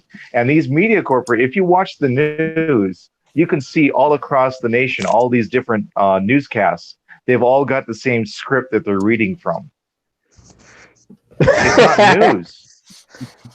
Seriously, here go Jay and his conspiracy theories. It's not a theory, though. It's a conspiracy fact. And conspiracy theory was actually a term invented by the CIA. So that should give you a clue of what that term is really all about. It's about discrediting people. Brains in our drugs. That CIA? Yeah. Sorry, what was the term you're talking about? Conspiracy theory. It's a term. It's like blowback. Blowback was another term created by the CIA. So, you know, you've got this label that's being applied to people, and it gets us right back into McCarthyism.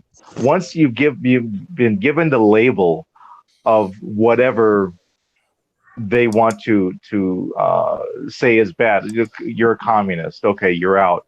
So many people got blacklisted in Hollywood because they were accused of being communist. It didn't matter whether it was true or not, but the fact that the label was applied to them, that was the only thing that mattered. All right, dude, you got a great. You gave me a great segue, right? So there's a film with Heisenberg, Bryan Cranston, called Trumbo. All right, and it's set during like World War II and the McCarthyism and after into the 60s. So it's like a 20-year story roughly of Trumbo. He was a screenplay writer, what have you, in Hollywood, and he was a very outright socialist, you could say communist perhaps, and because of McCarthyism, he wasn't allowed to voice really. If his name was on something, it's like, yeah, we're not running that. So he had to funnel stuff through trusted names that were friends with him, even if they disagreed. But it's like, we're artists, all right. And what's weird is the same shit's happening. That's why Comicsgate is a thing. That's why you see the Man Sky, where it's like, I'm an open Republican, but I see the writing on the wall. I'm just going to leave before I get fired and use my clout to build my own comic that I started in the 90s and whatnot, and team up with other comic skaters. It's the same shit where it's like, you got to toe the line or be quiet and hide and secret, hope you don't get caught. It's just flipped. And this is what I talk about. Sorry. That's what I talk about with Planet of the Apes. People think it's just a civil rights movie. Really, the real story of it, even though it is clearly a civil rights. You're talking about the 70s version? Yeah, 68 Planet of the Apes. The biggest thing to take away from that film, Planet of the Apes, is not the civil rights narrative in it and stuff, putting the white man in the captive state and stuff, and kind of, flipping the script and showing you, like, this is what it feels like or whatever. The biggest thing is it's the pendulum of power, all right? You push one way, and then it's just going to fall back the other way. Someone else is going to get in power, someone else is going to be oppressed. All right? So McCarthyism is flipped now. The SJWs are the McCarthyites, who are like, oh, you're conservative, you like Trump, or blah, blah, blah, or whatever. Or it's like, hey, let's let the Nazis, the neo-Nazis, Richard Spencer, whoever, have a voice. It's not that you're advocating for their stance. It's that, hey, it's a free country. Say what you want. Lead who you want. They'll come to you if they believe in you or what have you. Like, let them have it. Now I'm talking about extremes. And it's the same shit going on now. It's just flipped. It's the script. Can I say something real quick about the Planet of the Apes thing? Yeah. What I took away from that was it doesn't matter who's in power. It's going to be the same thing all over again. Yeah. Just from a different point of view. Yeah. And that's what I took away from that. That's funny you brought up Planet of the Apes. The recent Planet of the Apes movie that came out with Woody Harrelson in it. Did you know they played the racial game with that movie too? Mm-hmm. See, it's not just stopping at Disney. It's all over with these films now. I don't know. They had one of the main humans was a white girl. You know, I mean, you could. No, you remember when the gorilla had something on his back? It was some kind of derogatory name for a monkey. Mule. They tried. Yeah, it was either mule or donkey or something like that. Yeah. And they tried to play that into some kind of racial thing. I don't know. I never. I'll sorry about that. Well, I'll watch, but I can see that actually happening in real life. Maybe there's an Uncle Tom narrative there with the mules or something. That's exactly what it was, Blake. Well, it means he was a beast of burden. That's all. No, I get that, but I'm saying I never picked up on that. I love the Planet of the Apes trilogy, the new one. I think it really paid a good homage to the original series of the 5 films and tied it together, and was also sort of a prequel story to the original. But I'll rewatch it. I'll see if I pick up on that, but I never did. I'm always looking for that shit because that movie came out during the Fandom Menace being a thing. So yeah, I'll watch that. Can I throw a bone in that fire? Yeah. What I took away from that, and you made a good point. Shoot, I forgot his name. Jay. Fatal. Yeah. What? Fatal. Okay. Sorry. What I saw from that trilogy is that you've got a mix of people in the world. You've got people that have so much hate that they can't see the bigger picture. And you've got other people that, they see themselves in the eyes of other people or beings, and they can't help but make the there's no difference between us. But you know what? Just nailed it. That's what Disney wants. They know it's only a set of people out there that just focus on hate and negativity as soon as they wake up in the morning. So guess what? That's our target.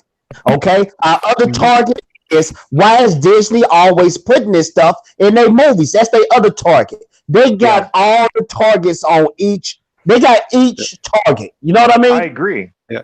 I agree, but the Planet of the Apes, I didn't get that. I just saw that it was like an even playing board. It's like you've got these people over here that have had everything taken away from them, and they're looking for someone to blame. So they hate the apes. You've got the apes, it's like, hey, we just want to live our lives. You created us, and just leave us alone. Then you have the humans that are just like, look, we've got to get along. We've got to work together because we're going to tear each other apart. Yeah, so you've got these 3 camps that are always, there's someone on top, someone on the bottom, and then someone in the middle. Well, that stuff is there everywhere. Hey guys, I stuck in a few minutes ago. But what's up, guy? It's Vinny Fardamella. Hey, Vinny. Vinny, did you draw that comic book? Yeah, this is City of Venus, my new campaign. Oh man, you're an awesome artist, man. Yeah, let me present Vinny, let you address what you're going to say, and then shill your book, because that's why you're here. Sure. No, I don't mean that negatively. Like, push. No, I'm not saying nothing, man. And then we're going to segue to a new topic because we're having good stuff. And I want to keep it going with some of the recent stuff that hasn't been covered very well. But go on, Vinny. Right. Well, that's all I want to say was the that they're peppering all this stuff in there. It's everywhere. And it wasn't the new Planet of the Apes stuff. Look at Woody Harrelson and his character and all that. He wanted to wipe them all out. He wanted to get rid of all the apes, all the monkeys, any of them. So I mean, look how he ended up.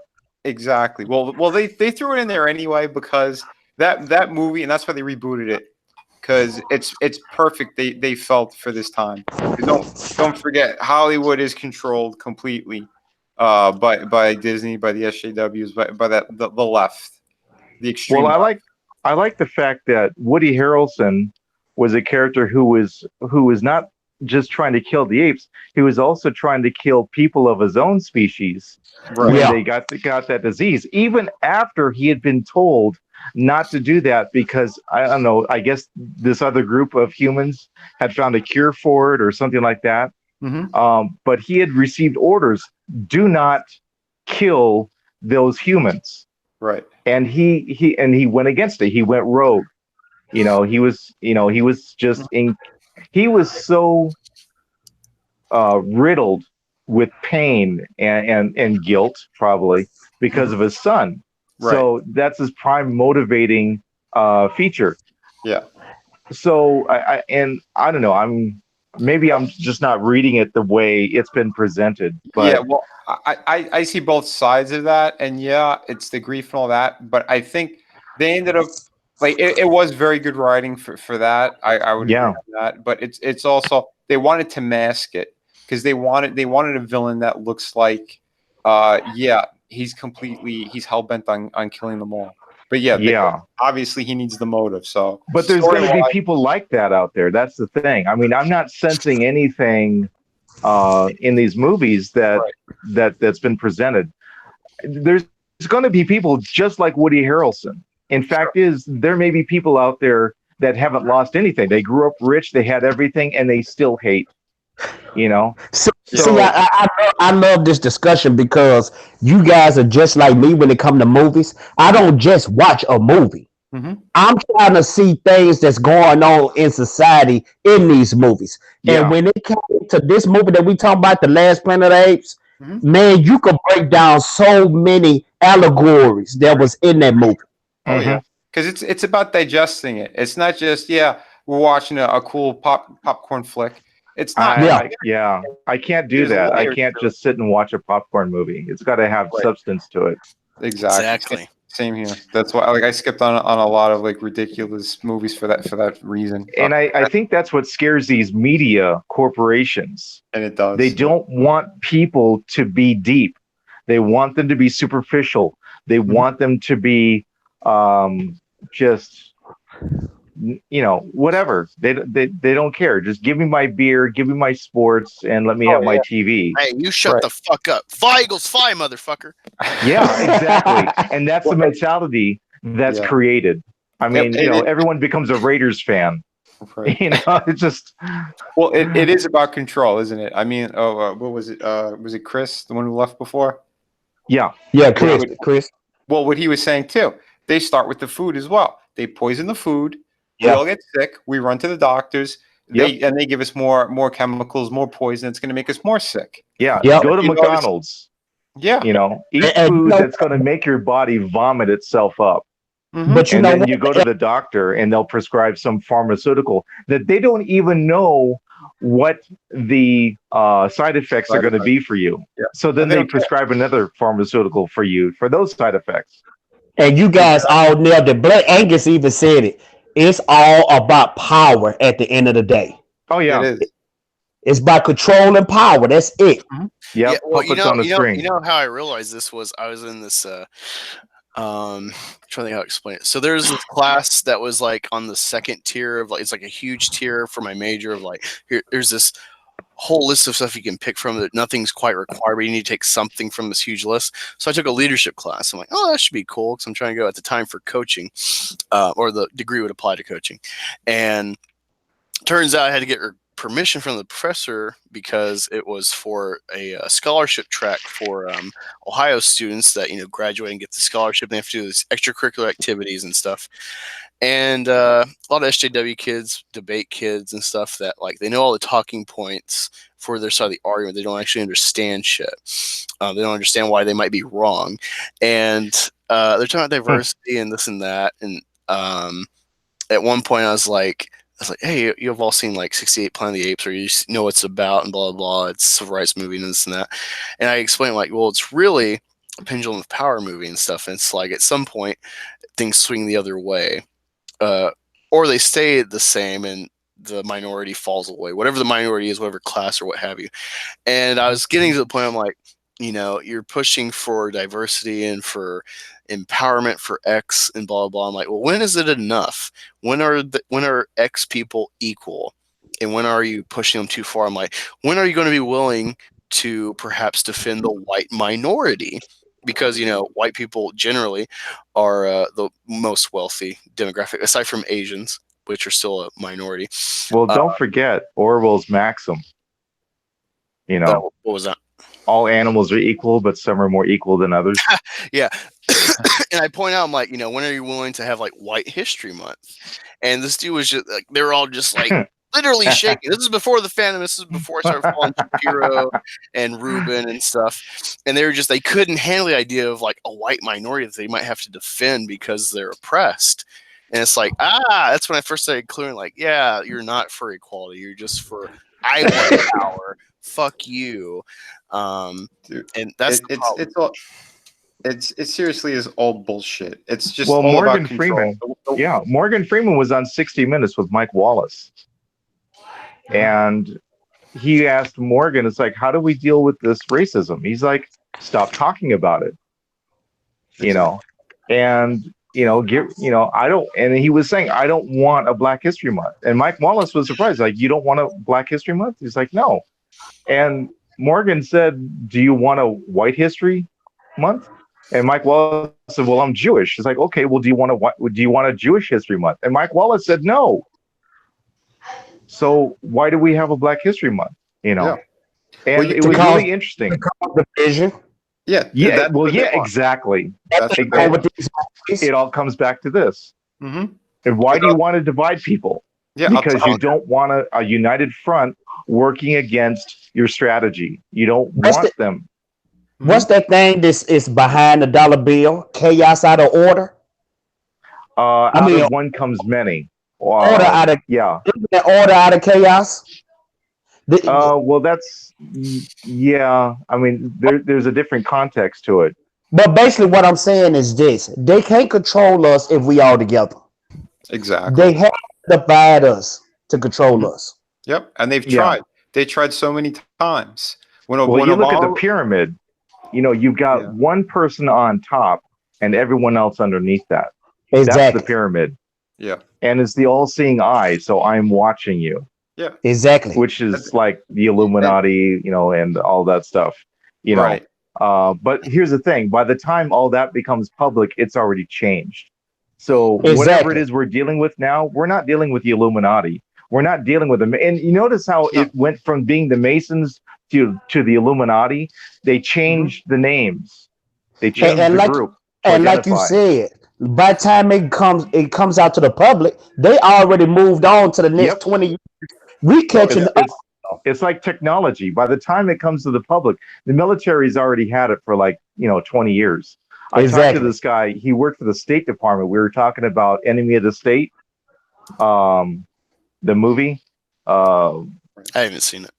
Okay, great movie. Will Smith, Gene Hackman, directed by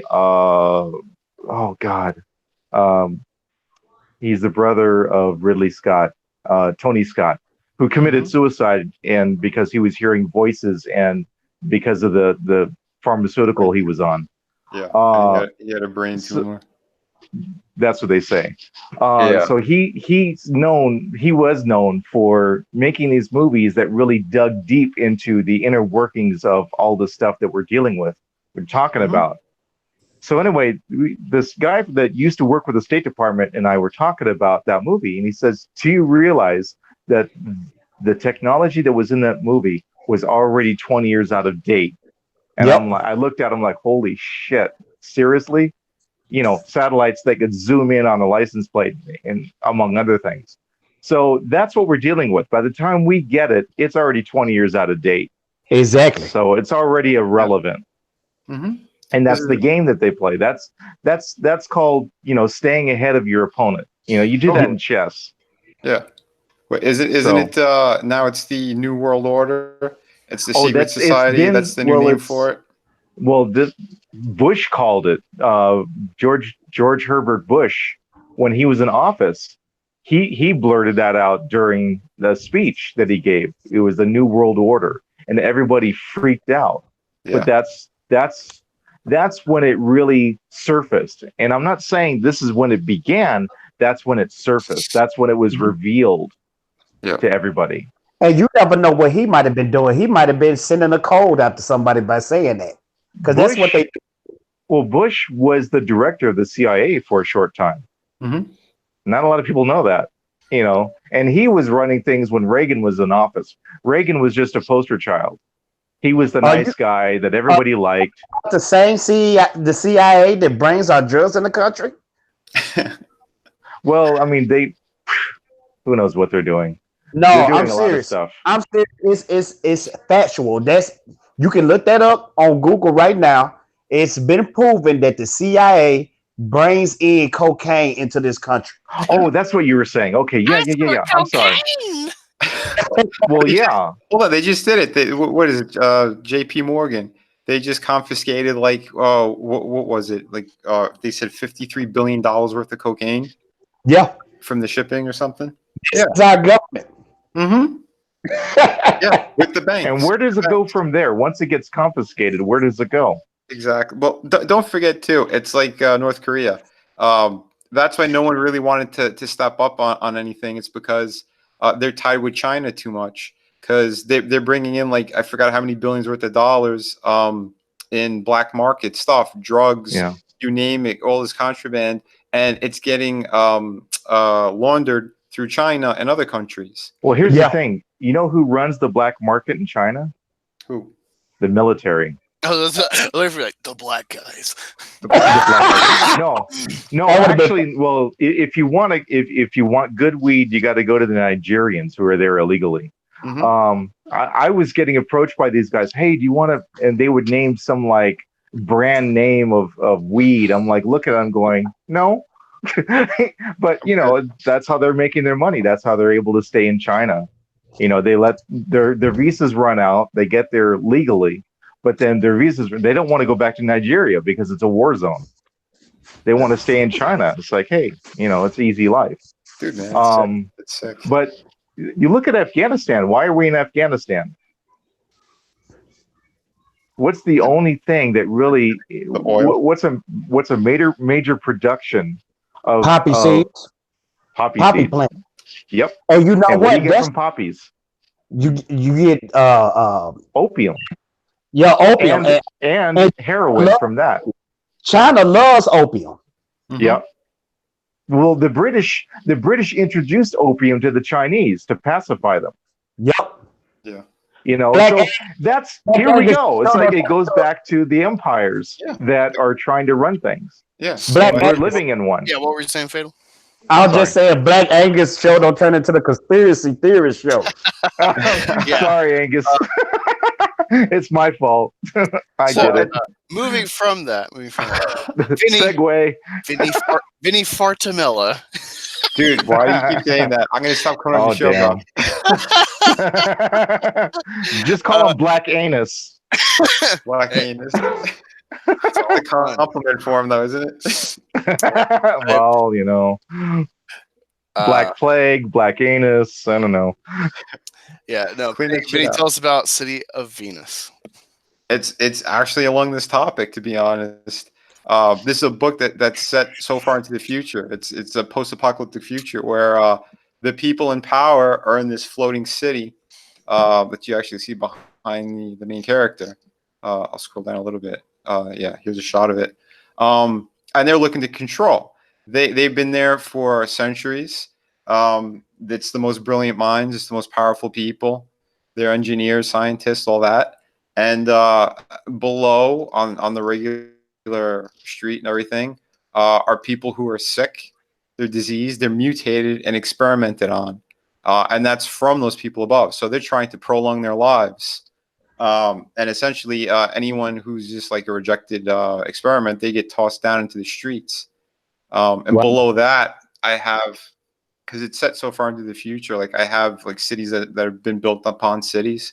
So underneath all of it are like the scavengers, the people who are still okay, alive. So the main character, she actually has a connection to this city And the way that I start off this book is like she wakes up and like the viewer's going to be with her on this journey. She doesn't know how she got there. She doesn't know what happened. And it's not necessarily the world that she remembers. So like throughout the course of the comic, I'm kind of showing like what happened, what's going on, you know, the people who are in control and why they're doing this. Vinny. So it's a pretty crazy tale. Vinny. Yeah. I hope I'm not disrespecting you, Yeah. but are you familiar with Mark Silvestri and Michael Turner? You mean Mark Silvestri? Silvestri? Yeah, Mark Silvestri. Yeah, Mark Silvestri and Michael Turner. You familiar? Your style reminds me of those guys. Oh, thanks, man. Yeah, no, and this project in particular, I put a whole lot of detail in it. So I know like Silvestri, he's known for all of his cross hatching and he's got tons of line work. But I did it mostly with like the painted approach that I did with this book. But I work with Silvestri. I did, well, when I worked at McFarlane Toys, I designed his one of his figures. They had the 10th anniversary for one of his characters, Ripclaw. That's awesome, man. Hey, Fatal, I need Thanks, you to man. Twitter mentions really quick. You might get a laugh. Speaking of McFarlane, I'd like to see another Spawn movie. Like with better graphics. Yeah, Spawn cast Jamie Foxx. Yeah, it's coming out. Okay. Yeah. Well, what's weird? Okay, I don't know if you saw Brightburn. I know some people didn't like it. No. Brightburn. You know, when I talk to people, they're like, blah, blah, blah. And I'm like, you realize that was a $7 million budget movie? You're like, oh, and that's not me defending a film just for its budget, being like, well, it was cheaply made, and so like hold no criticism. Like, no, I still gave criticism knowing that fact, but it's like, holy shit, he did that with 7 million. Just like if he had 20 or 50, holy shit. But I think it's more of a niche. I think it's more of a, like a niche on it. But McFarlane apparently, and I don't get this. This is what I talk about with directors and stuff, with money behind them. Apparently, their value. Spawn is going to be made with $10 million. Okay. And I'm just like, how the hell are you going to pull that off with the CGI you need for Spawn? I mean, remember the practical effects, like his suit, you need CGI. And I don't know what, I'm going to look it up. I don't know what Spawn original cost, but I bet it was more than $20 million. But you know what, Black Angus, I'm hoping. I'll be honest. I'm hoping if Jamie Foxx is attached to it, he might see something we don't see. They put $40 million into that Spawn movie. I have a little insight on that stuff. Well, he had promised Jamie Foxx for years that he wanted to cast him as Spawn. The thing is, like Todd, it took over 20 years for him to even get this off the ground because he kind of he did something bad regarding, I think, the movie houses. He owes money still to New Line. And because he never gave that money back because he said he was. Didn't New Line get like bought out or dissolved or something? New Line Cinema? They're the ones that did The Hobbit and Lord of the Rings. But I was pretty sure they dissolved. Well, here's the thing: if you still owe, and it was a very big amount, millions, because he said he was gonna put it up because they didn't have enough to finish the movie or something. He never did. Like they gave him like collateral or whatever, but he was supposed to pay them back. He never did. So he spent the money up. Yeah, well, he pulled the card. Well, that's why we never saw a sequel to this movie. And then he's trying to claim that it's because I want total creative control, and that's why he's going with Blumhouse. Blumhouse is like they're an indie company pretty much. So whatever deal he cut with them, it was essentially that he's getting to write it and direct it. Now, Todd is not a director. Exactly. You could say storyboard artist if you want. That's as close as you could come with like comic book stuff. But he hasn't done a full comic book in years. And it took him forever to write this script. I'll be honest. I'm not sure if this movie was really going to get released. Because from what I heard recently, that I think he's fighting with Blumhouse now. Wow. And you know what? Blumhouse put out some good indie movies. Right. So that gave me a little hope too. Mm-hmm.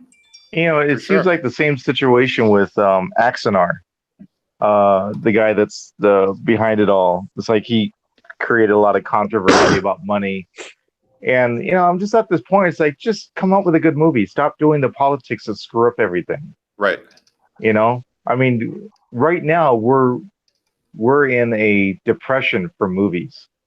You know, there's so many bad. You know, there's a local theater. My wife and I look at what's showing, and we're just going, "There's nothing good on." You I know, it's agree. all crap. I'm not going I to pay, agree. you know, Yep. $12 for a crap movie. You know, and when No. I can stay in home and watch it And- for free, I'll just stream it. Right, and TV has been getting better with the writing because they know what they have to compete with. Well, So if they I do don't something know. that's like a full series, well, something that's a full series, you could play more with character and backstory. Is kind of what I I'm getting mean, at. Like now they've for- got Pennyworth. You know, it's like, oh, come on. It's like Super Butler. You know, it's like, please stop. Don't do this. You know, and you got But these- CW with, you know, Bat SJW. You know, I mean, basically they're writing a lot of the shows I'm noticing. I mean, even Castle, and I love Castle. That was written mostly for women. Everything that you see on TV, you got to look at the commercials. Right. What's their target audience? You look at the commercials and then you listen to the narrative that's being, I mean, even Battlestar Galactica, the reboot, that was written for women. It was a soap opera with sci-fi in the background. Well, essentially, like you could break that down like for like whatever station or streaming service or whatever. So like something like Breaking Bad, like I meant like that kind of quality. That's not going to be on the big screen because it's something that's more episodic. You could go through the character's backstory. That's what I meant. Like, you know, Game of Thrones. Why was it so successful for all these years? You know, it's for in the beginning. Right. But this is what I'm saying. It's for that type of writing. Like you won't see that on the big screen. The closest we got are the better Marvel movies that they kind of stretched out and connected. You know what I mean? But Benny, I'm gonna tell you this, man. You really just broke my heart because I'm a big fan of the Image Boys, like Todd McFarlane, Mark, Rob Liefeld, all them. Man, I was really banking on this Spawn movie to come out, but I can tell you really can foresee that this movie might not come out at all. Yeah, I'd love to see a good Spawn movie. I'm leaning towards that. Well, because what he said too, this isn't going to be a Spawn movie. This is going to be a Twitch and Sam movie. Yeah, Sam and Twitch with a little sprinkle of Spawn here and there. Then if it does well enough, he wants to make the second movie almost all Spawn, and then the third one even bigger. You can't plan like that. I don't know. I think that could actually, like, you know, as Brightburn's referencing, like what they did with that budget, it's like, all right, I think you have to put more CGI, of course, with Spawn. I think that could work. Though. I think if you kind of reverse and start with like, all right, Cop is doing this weird shit, and then it kind of gets supernatural with Spawn, and then you can make him take the forefront and get into Spawn. I think that could work. It could. If he gets the returns, I think there's a fan base to give the returns. Right, but here's also the problem. Todd's got a lot of ego. So if it's something that's not going his way and he wants to tell it a specific way, he generally writes for himself. He doesn't write for everyone. That's what I've noticed anyway over the years, and how when I work with him, one of the first things he's ready to do is always burn bridges. Like fuck him, I'll do it my way. Fuck him, I'll do it this way. And it doesn't doesn't pan out that way. It's not always the smartest move. You think you catch on after a while, you know? It's like, wow, this keeps falling apart on me. Well, that's the thing too. It's also with the studio. So he had some amazing artists working in there we were creating all these great toys and statues. And then it's not even so much about giving them recognition or anything. It's my name, so I'm going to do it my way. He pissed off a lot of people, and most of them left. If you remember, there was a pretty big dead area with the Spawn figures, where all they were doing were sports figures, and then they outsourced to China all those all the tiny versions of Walking Dead. And then what happened? Over time, people they had that demand that they wanted the better figures again. So he slowly started getting that back. Technology's a little bit better with the sculpting. Now people do it digitally. There's the real scanning. And now what happened? He bought big rights. He's got the license for like DC comics, the toy statues, all that shit. He has the rights for that. He's been doing Fortnite. He's been doing the better Walking Dead figures again. He's branching out even more. Why? Because you have to start to listen to the people. You can't just keep doing it your way. Yeah, and that's what Star Wars is starting to slowly learn. Lucasfilm. They starting to see fans are what matters. I don't know. We have yet to see evidence of them getting the message on that one. Well, I think hold on. I think Jon Favreau, he's the beacon of light and hope. It's because he's a fan like us and he respects the old stuff. Yeah. I think the Mandalorian is going to be great, but like most people, they don't want to give that money for Disney or for that streaming service. So it might end up being, Vinny, that Mandalorian, I think that's going to be big, like super big.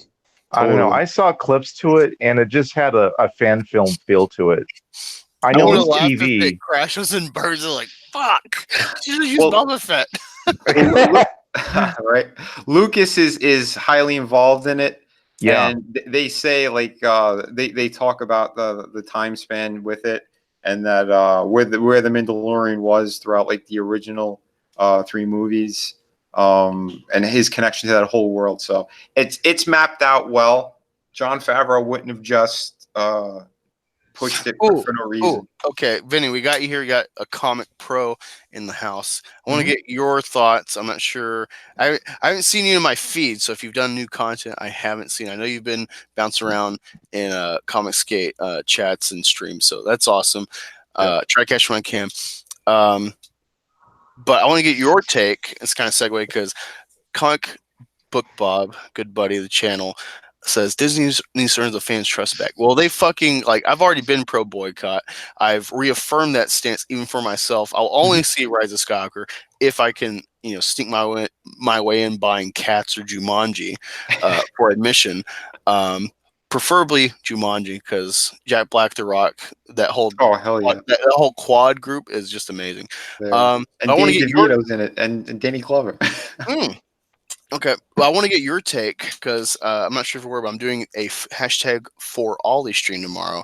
If you're not aware, if you haven't followed, Ollie is the child that died last year, December, of leukodystrophy, and the father, Lloyd Jones, wanted to do a Spider-Man tombstone because this kid was obsessed with Spider-Man. They did a Spider-Man funeral. Spider-Man's on the casket. They had Spider-Man red and blue feathers on the horse-drawn carriage, Spider-Man balloons, a Spider-Man cosplayer of some extent there for him in memory. And they wanted the tombstone with Spider-Man watching over him. Disney denied it. Now, you could say, oh, it's copyright. They say, oh, Walt Disney said, no, I don't want this stuff on tombstones or whatever. But they've been doing this with Pooh and Tigger, for example, before Disney got Marvel, and they've done it as recently as 2017 with Iron Man on another English child named Ollie. So it's not just it's just Disney owns Marvel, they're not doing it. Like, no. They've done this with Disney products before Marvel and with owning Marvel. All right. And I want to get your take on what you think of them denying this and your stance as a comic pro and stuff. Well, I had heard a piece of it. I didn't know all the details, but now hearing that too, yeah. Well, my original stance is, let them have the tombstone. What the fuck is the problem with that? Yeah, well, yeah, I would be told, even though I would petition for them to change their policy, I'd be like, yeah, you know what? It's your property. You don't want it on tombstones. Fine. But they have 2 decades of examples of allowing them pre and post Marvel, owning Marvel. It's hypocritical on every fucking level. And I agree. And isn't it funny though that a story like this only pops up after Stan has passed away as well? Yeah, so like this is what I've already been pro boycott. I did that Christian Harloff thing at the end. I'm like, hey, my fans, even though I'm trying to be a leader in the Fandom Menace and be a voice to give my take, you trust me, or at least see my film criticism and take it as you will when you go to a movie or think about it. Should I boycott myself even though I'm trying to be a leader? And they're like, yeah. So I'm like, cool, I'm gonna do that. I'm only gonna see it with false admission with another ticket.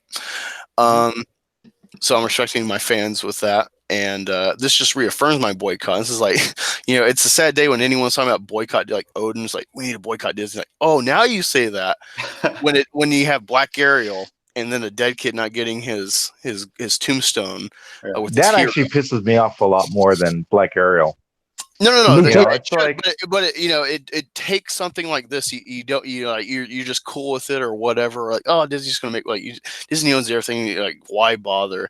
It takes something like these two events for you to start thinking about a boycott. It's just like it's the cognitive dissonance I talk about. And but it seemed like back in the day, companies used to love stuff like this, like putting the Spider-Man on the tombstone because that made their company look better. yeah. What happened to Well, it's those? like Ronald McDonald Hospital, for kids. Yeah. Comic Book Bob says Marvel had allowed it. It's Disney not allowing it. Now that they own Marvel, it's messed up. If I was always dead, I would do it anyway. Dare them to sue me. All right. So what I understand talking to Lloyd, because anyone new in the chat, Comic Bob yourself as well. Tomorrow morning, 3 a.m. Eastern, and it's a crazy time as to accommodate Lloyd the father. I've contacted him. We've chatted back and forth. We set a date. Tomorrow, 3 a.m. I'm having the hashtag for Ollie stream to raise Awesome. charity funds. You can donate to the Holland research fund that he is aware of and following, being a UK father. I'll include the American Hunters, I think Hunters Hope, which Jim Kelly's associated with. If you don't trust calculating American to euros or what have you, or you don't trust a euro entity to donate. And I also have the Teespring where everything, all the profits you give will go to it, and you'll have something in return with hashtag for Ollie in 3 different colors. But from what I understand, it was he asked, I guess the tombstone makers, like, hey, I want to do this, and they're like, oh, you need permission. And so it's like, okay, contact Walt Disney. And so from what I understand, looking into the previous Ollie with Iron Man's tombstone, apparently there's some tie. I don't know if it was the family that was doing like an Anglican burial, a Church of England burial. I'm not sure if Church of England is intertwined with the legalities or what, but it's different than like an American. You're just like, hey, make this and we'll suffer the consequences later. Or like, hey, let Disney fucking rip up a tombstone of a kid and see what happens in the media. It's gotten to like, I think New York Times has even covered it, where it's like, can you believe this? Or look at what they did. It's been a huge PR nightmare, but it's still not getting the traction it deserves. I'm trying to do my part, and it's reaffirmed my stance I already had of boycott Disney. Like, it's one thing to argue whether it's a big deal or not with like Black Ariel or Marvel heroes or Kamala Khan, forced diversity, etc. It's another thing where it's like you won't even respect your fans because they're dead. And it's funny because like they'll have Make-A-Wish, they'll have fucking cancer kids go to Disney and Mickey take a picture with them.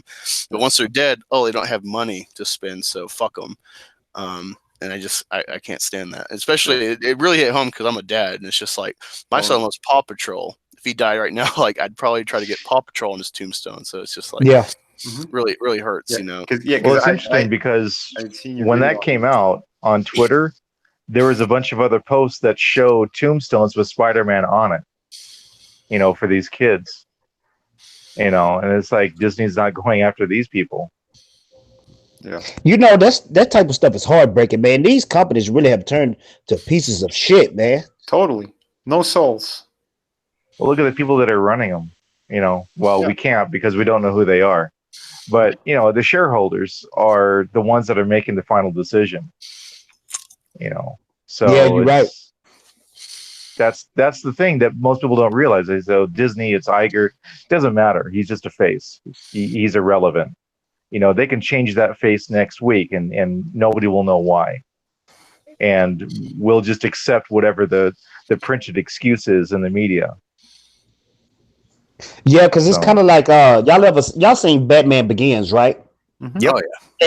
They painted the picture so clear. Like at the end of the movie, I think Bruce Wayne had hired back Morgan Freeman, and he said, "Can't do that." He said, "Yes, I can because I own most of the shares of this company. So that makes me the owner." Yeah,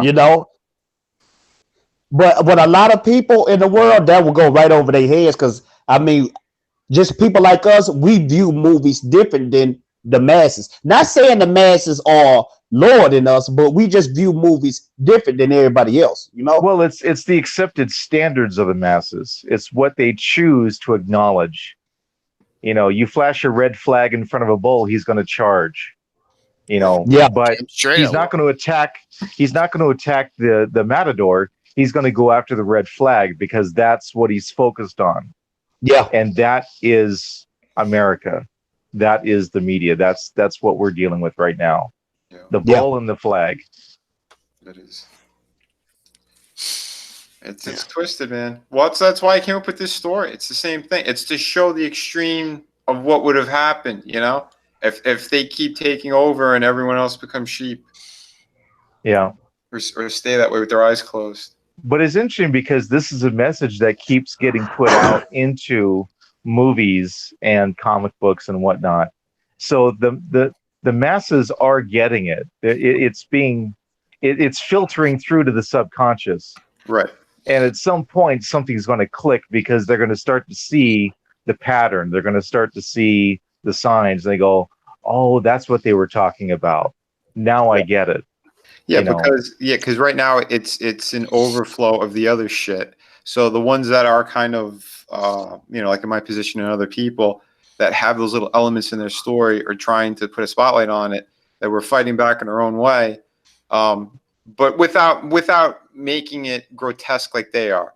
It's part of the story. It's part of the element. That's fine. But like they're going out of their way to make these agendas and really like brainwash the kids. That's why they're starting with really young. They want to put it into the cartoons. They want to do it to all the kids in high school and in college because most of those professors.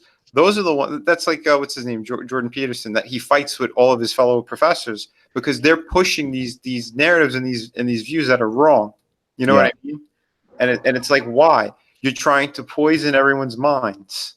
You want them to be controlled. You want them to be stupid. You know, when they omit things out of the history books, why would you do that? History is history for a reason. You got to learn from it. Adding to the comic discussion, another topic I covered last week, we're going to see get more headway maybe in the coming months. The creator or one of the creators of the mask, and he also worked on the movie, one of the founders of Dark Horse, he wants a female mask. All right, and I covered it. I looked into it. There have been female masks in the show and in the comics. That's not the problem. It's the current state we're in with Batwoman, with Ray, with Captain Marvel, among others. I would like Batwoman. It's something to be weary of. So I want to get the panel's discussion. Okay. Roger, go, and then Vinny. No, I'll wait. All right, Vinny, you start. Well, with that, I'll put it this way: if they're going in the direction like Disney, Marvel bullshit, then I think it's a horrible idea. But if they're going with the context of let's just tell a good story, and it doesn't really matter who the main character, if it's male or female, if we're just going to tell a fun story, then yeah, I'm on board for something like that. Yeah. Because the mask is essentially it brings out everything that you're repressing, and it makes you crazy and wild like that. So if you're gonna have a female led one, she can't be I'm girl power. It's gonna be a different story totally. You know what I mean? Yeah. PMS on steroids. Well, here's the other here's the other detail that I looked into. I looked at what is Dark Horse making, not what they have had or known for. So they got Hellboy. Hellboy, of course, was an abysmal box office for the reboot, which I saw. Yeah. I actually liked David Harbour's portrayal. The design, I'm kind of 50-50 because Perlman just looked the part and stuff and is fun. Yeah. But I never actually bought the oh my god, it's Hellboy, he's so hellish and freaky looking. Like he's just a guy in red. Essentially, his horns look like goggles on his head. He didn't look scary. Well, if you look at the comic book representation, it was pretty much it was pretty close. Yeah, but when you're adapting it to real life, live action, I actually kind of like the design because it actually looks kind of grotesque or off-putting or you might take a second glance and kind of be weary of David Harbour's design. But yeah, the movie overall is just bland, and the black chick, which I don't know what her actual role in the comics is, but you're always weary of diversity with these movies today because of the spin, the push, the narrative. See, that's heartbreaking too, because I'm such a David Harbour fan. I love David Harbour. He's awesome. He's a great actor. I hate he was in a bad movie. Yeah, the other thing with, so you got Hellboy, which is like one of their hallmark things at Dark Horse. They've lost Star Wars to Disney Marvel. Planet of the Apes went, I think, to IDW. For some reason, I looked into it. They're doing Disney Princess comics, which is where I'm like, wait, Disney did comics with like Beauty and the Beast and stuff in the 90s with Marvel, so I don't know why Disney is doing princesses over at Dark Horse. Don't know what happened there. Well, there's people that buy Dark Horse that won't buy Marvel, so they're trying to get the market. Yeah, but it's still going to go to Disney, so it's weird. It's weird that they. In Dark Horse defense, though, they did put out Sin City. Okay. So did they do 300 as well? Dark Horse. They did 300 too. Okay, but yeah, those are but that was a long time ago. Yeah, those are just hallmarks that you'll get trickles, if anything, for like owning that. Unless they make a movie perhaps and do new adaptations, at least artistic. I'm trying to think what else they own. Stranger Things has a comic with like another character that I think predates 11 or is tied to 11. Perhaps it's called 6. Don't know how long established that is or what the marketability of that is long term. And what's the other property I noticed? They're going to lose Alien and Predator to Marvel. Wow. Actually get some good Predator movies there. Yeah. I'm trying to think what else does Dark Horse own? Dark Horse is in trouble. Yeah, they don't have anything. That's the thing, is like, so I really think that the Mask, like they haven't done a Mask since like 2000 with like Mask and Joker crossover, which sounds really fucking cool. I need to find that and read it. They own RoboCop too, right? I don't know, but like there's, you look on their site what they're selling. They have a DC like Justice League Black Hammer crossover. I've never heard of this character Black Hammer, so I've clearly they're trying to boost it with Justice League.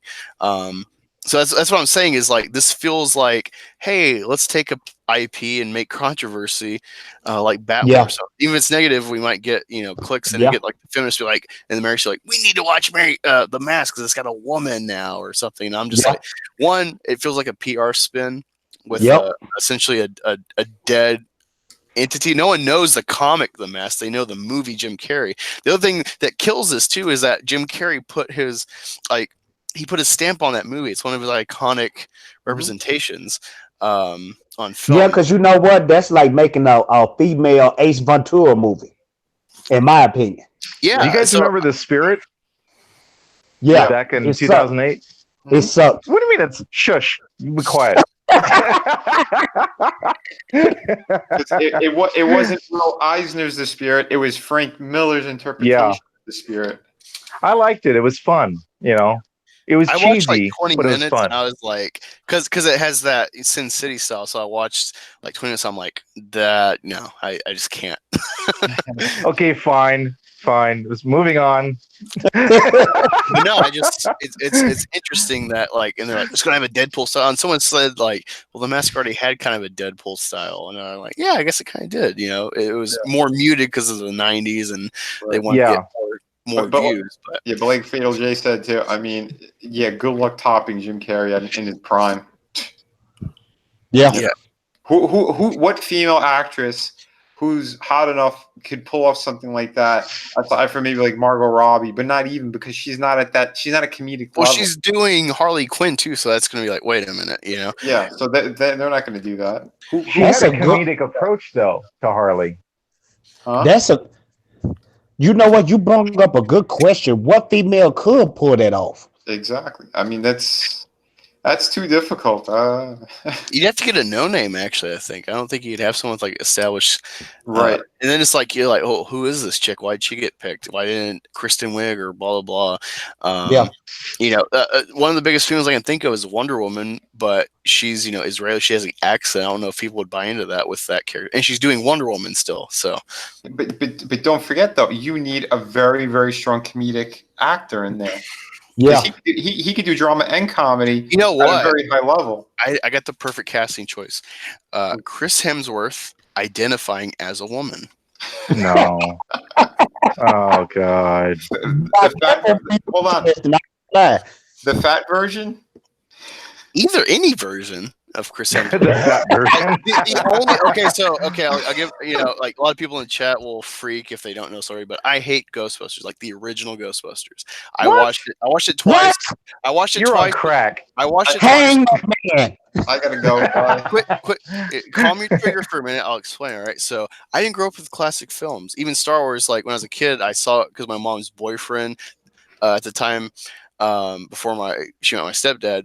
The only movies they owned was Star Wars trilogy and Titanic. So I saw that shit repeatedly. And I saw the original trilogy, and like little things like the lightsabers are cool, but it just didn't pop to me at the time. Like, there's the era of like Power Rangers and Toonami starting off and stuff. Like, Oh yeah. yeah. So it's just like it's if you look at the color palette of Star Wars, it's very dull, right? So I didn't grow up with classic film.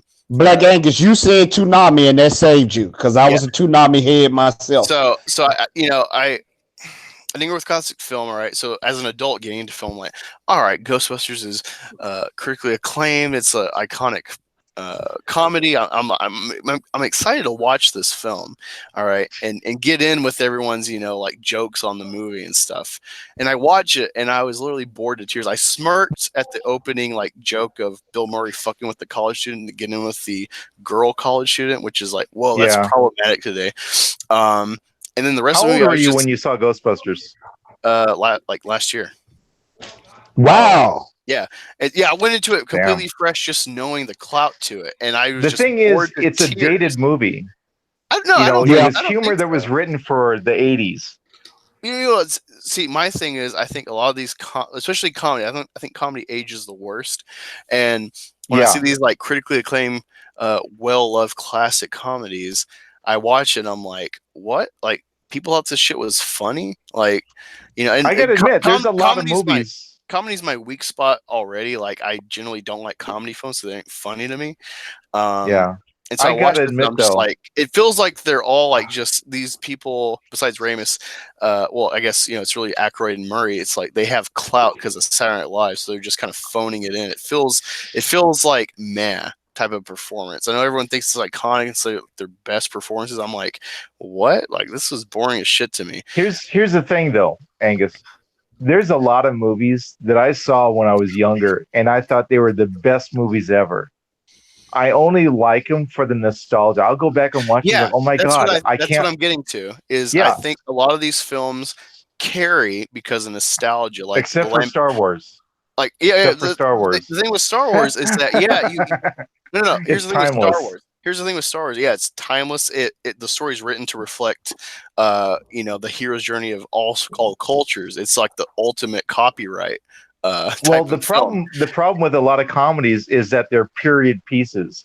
They make fun of things that were topical or they were the topic at that time. Yeah, well, the difference too is Star Wars is sci-fi, and even if you grow up with it, which I didn't, even though I saw it when I was a kid, it didn't stick at all. Battlestar Galactica, was sci-fi. Buck Rogers in the 25th. Hold on, Buck Rogers. I know, but Buck Rogers in the 25th century, that was sci-fi. The thing is, you can still have sci-fi that's dated. Yeah, you go back, I'm like, oh my god, that's so cheesy. It's like the hairstyles or whatever. 2001: A Space Odyssey is very dated. I'm just like, this is boring as shit. But it's still a classic, though. I'll sit down and I'll get through it. I'm like, okay, I can take something away from it. But like Star Wars is like, yeah, there is nostalgia. I won't deny that there's nostalgia for some people, but someone like me, where it took me years to actually get into the original trilogy, it's like, being into film and always trying to find new film, I think I would have found it and appreciated it even if I wasn't a Star Wars fan. Yeah, because you see the craftsmanship and the storytelling with Ghostbusters. And the reason I brought Ghostbusters is because, not being a fan, never seeing it before then, I saw the trailer for 2016, and the only thing that sold to me was Chris Hemsworth with what turns out to be a very muted, dumb, cast-off role. That was the only thing that was funny in the trailer. But now here's the question: did you like 2016 better than the original? I never watched 2016. I was like, I saw the trailer. I'm like, fuck that. Everyone loves Ghostbusters. Jeff Hicks, my favorite channel, World Class Bullshitters, always talking about 80s films, especially Ghostbusters. So I gave it a chance. I actually watched it twice to make sure. I'm like, wait, was I just having a bad day? I was like, no, I was bored to fucking tears. I'd probably rather watch Captain Marvel or Last Jedi than Ghostbusters. Well, have you ever seen the sequel, the Ghostbusters sequel? No. Ghostbusters 2? I've heard that wasn't worse. as good. Yeah, that wasn't as good. I'll say this about 2016 Ghostbusters. I actually watched it on Netflix, and I came away with the same exact perception of it that I had before I watched it. It And sucked. what was that? It sucked. Yeah, but the When I long story watched- short, when long I story. Go Sorry, ahead. just really quick. I was gonna say, long story short, regarding Ghostbusters, just kind of explain because people get triggered by that. Is that Chris Hemsworth has charisma? So, like, even though I'm joking about, let him pretend to be a woman and play the mask. I really want to see what he can do going forward because he, with direction, of course, when he's directed well, he can fucking act and be funny and humorous. I agree. Endearing. So I'm really excited to see with good direction what he can do after Thor, even if he keeps doing Thor. Well, I don't see what Chris That Hemsworth guy's did outside of Thor. Remember that movie? He was a race car driver, a Formula One driver. Have y'all ever seen that movie? I think it was called Driven. I know of it, but I haven't seen it. It's a Ron Oh, Howard. man. I never saw it, but I heard great things about Hey, it. he did some awesome. That's a movie I can watch over and over and over again. But I got a question. I got a question for Angus. What was the question that you asked that Vinny answered, but we haven't answered yet? The mask. Man, that was like 30 minutes ago. I know. Oh! You're talking about For Ollie. You're talking about For Ollie and the gravestone. I don't know. There was a question that you asked, and you're going to go around to everyone, and Vinny answered it, but then Yeah, we just got sidetracked. no, We're that talking about we women segued. and stuff. But no, Yeah, it was the that was the Spider-Man mask. gravestone. Okay. Yeah. No. We covered the Spider-Man one. It was the mask one. I gave Oh, my it was view the on it. mask? And then Okay. Okay, sorry. Yeah. Yeah. Yeah, we got that question number 2. Thoughts on it? Sorry. I was just like, wait, well, what happened to the question? Hey guys, It's tangent. It Tangents. died. hey, I hate to be that guy, but I gotta go, and I don't want to go. Black Angus, You can't go, Fatal. You're on Nah. token. He's on Black Angus in the channel. He's not. Yeah, Fatal J always come through as the token Negro. That's me. But Oh, hey, man. Hey Angus, this was the best one so far, my friend. Yeah, it was fun. We gotta do this again sometime. Of course. No, I like having you on, man. Wolf, I think me and you was on the Presenate before a long time ago.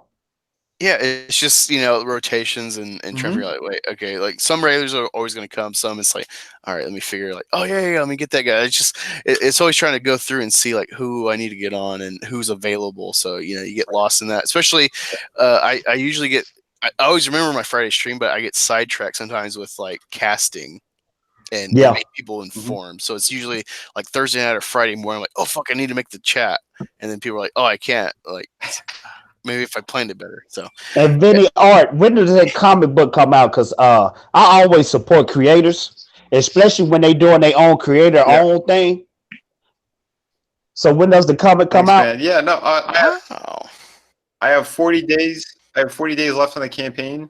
I had launched it on. I did well in the start, but yeah, as soon as it's done, it's going to be pretty much ready to go. Because you're at 4,000 right now.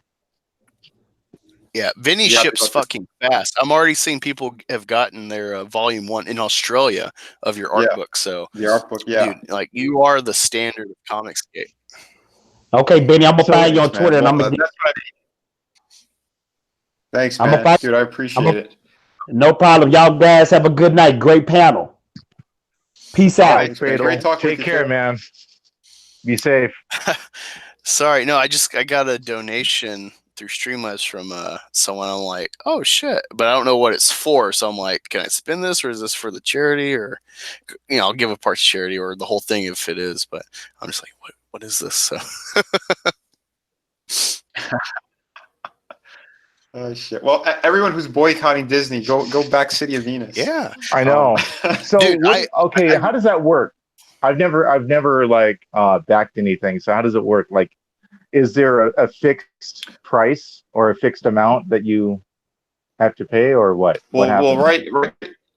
Well, people, if they don't want the book, but they just they want to support anyway, that's what the back it button is for, and like you put a donation. But if you go down and you actually see these perks on the side, if you click on them, they'll open up and more detail about what's in this perk. Oh, so okay, I got this it. first one, it's 20. I didn't scroll down. No, it's all right. Well, it's $20 for the signed copy. My next tier is actually the comic book and volume 2 of my art book. At the moment, this is like the one way. So I did like a special package for that. So it's those two both signed by me. You know, then it goes down a little more expensive. So yeah, I see the people who do have $150 volume one. 1. Yeah, damn, that's volume a lot. 2. Well, it's volume 1, volume 2, City of Venus, and the head artwork. Okay. And I limited that. Yeah, I limited it to only 20 people. Oh, hey, because I Phil, know it's more or, expensive. sorry, not Phil, Vinny. I was looking at that. Yeah. I was gonna ask, and of course we can get more details off air. But I was wondering, because I don't really want to sketch my face, could I get a sketch of my Black Angus Minotaur that is not complete, but I've sketched Hey, out? you asked me to do that. No, I want multiple, dude. I want Oh yeah, different no, I don't want the iterations. crappy art from Roger. I want the cool art from Vinny. Well, I know I you get go for it. your No, tab. it's okay. No, don't worry about it. You're like, well, I need to get a tab, and so I'm like, okay, I'm waiting and waiting. Someday you'll I get me know. my art. No, well, the thing is that my tablet crashed, and so I had to wait to get a new one. Now I've got one. It just I don't have a really good place to do good drawings, so I've been writing. Right. Well, yeah. For these tiers, these are specific to the actual campaign. So the head sketch I'm doing is the characters from the book. So because so I have to make, I got to meet. Oh, I was gonna Say say, that I guess it wouldn't fit in your universe if you had a random like bull-headed like Minotaur character. Right. Well, because I got to try to get these done like beforehand as well. Because again, I'm shipping real fast, this shit out of the way, and onto my other projects. Because that's the thing is, I have so much on the plate. So, because even as I'm pushing and promoting this, I'm working on another series. I'm working on an adventure kind of pirate story. So I want to keep things going. Because is this a one-off, Vinny? No, this is going to be it was going to be ongoing, but I'm going to do more of like a maxi kind of series. So originally like a 12 issue?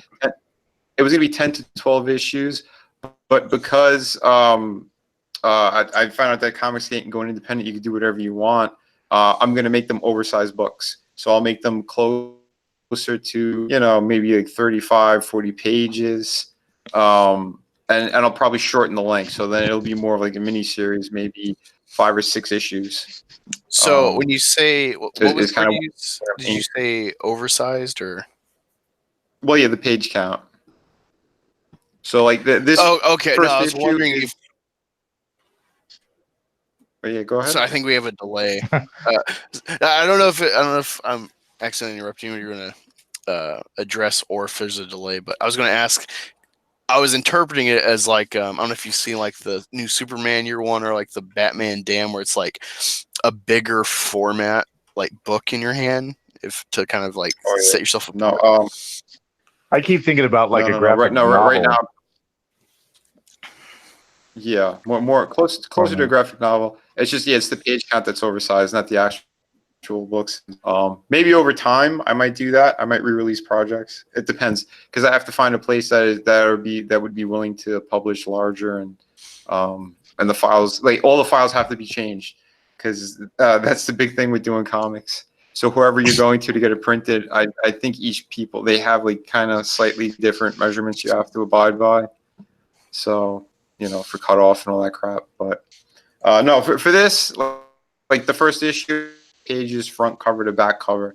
So when I do work on the second one, it's going to be maybe closer to 40 pages, maybe a little bit more. Depends where I want to put my cliffhanger for that specific issue. Yeah, no, this looks awesome. Yeah, see, like Mela Art World. well, Mela Art World is the company that I made, so it's gonna be like a world of characters and stories. So like my very first book was a ghost story. Then I did an art book. This is a futuristic one, and then I have the pirate one because I want fans to be able to sink their teeth into so many things. I have a kids book that I'm probably going to end up pushing after this campaign, actually, because it's themed towards Halloween. So I might do like just like a little smaller campaign. It's not going to be big like this one or the other ones, but you know, like maybe 1 or 2 perks. Cool. But, yeah. So I want to give stuff for the fans. You know. Yeah, no, I'm excited to back this. I'm hoping. Well, you got like 40 days left on this campaign, so I should be able to get it. You know, I'm catching up to bills with my new job, so it's going faster. So I'm excited to start backing Comicsgate projects again. Nice. Being able to, we got some gaze ops going on now. We got the Red Gaze. Oh yeah. What's up, Red? With this. Lurking. What's up? I just got one question. Why would you bring a degenerate like Vinny Tardamilla onto your show? This guy is completely awesome. I love that guy. We had fun the other night. We got a new. Another delay.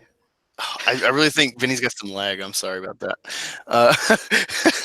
Because it'll be like going on, and he's like, "Oh," so I think he's hearing me like a second late. Yeah, a little bit. This is really amazing art. Yeah. Thanks, man. I appreciate it. But you know, I had a lot of fun with Red Gaze the other day on his stream. Yeah, I was gonna say, can you show the? I think you shared it on Twitter. It might have just been private chat. I'm not sure, but the pumpkin chick. Can you show that? Oh my god, that was awesome. You didn't save that, Angus? I might have. I'm not sure. I'll pull that up. Angus doesn't save anything. He just throws it under the bus. Oh no! He saves asses up in the air. Trust me. I saved. Dude, you should see my phone. I got so much cool art. Yeah, I save a lot of that. So I'm trying to get back into drawing. I never was like an art person or drawing, but I was doing sketches in Afghanistan. I was starting to get good and starting to not have to use a reference. Right. I'm trying to get back to that so I can just like make something and be like, "Hey, artist, can you like complete this?" You know what I found with drawing is that your drawing's not going to be good unless you've got a story to tell with it. Well, my story is look at those titties. Well, okay, there's that.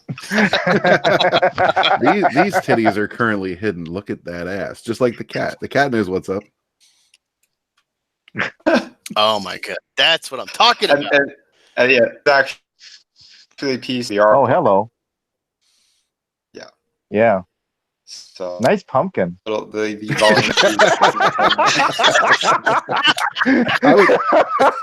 I was really admiring the color on the grass, actually.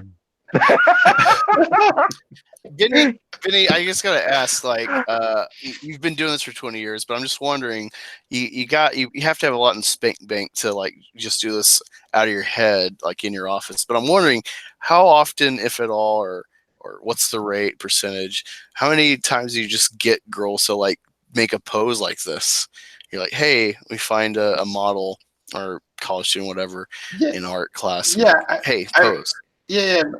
I've had a few here and there, but I mean, like most of it is my imagination. But there are specific ones where I'd probably name either like on when I was posting on DeviantArt or Instagram. Because a few times, like I took a couple of friends, like cosplayer ones, to conventions, but I would also do like, a nice piece of them like in character. So what is this like? Here and there.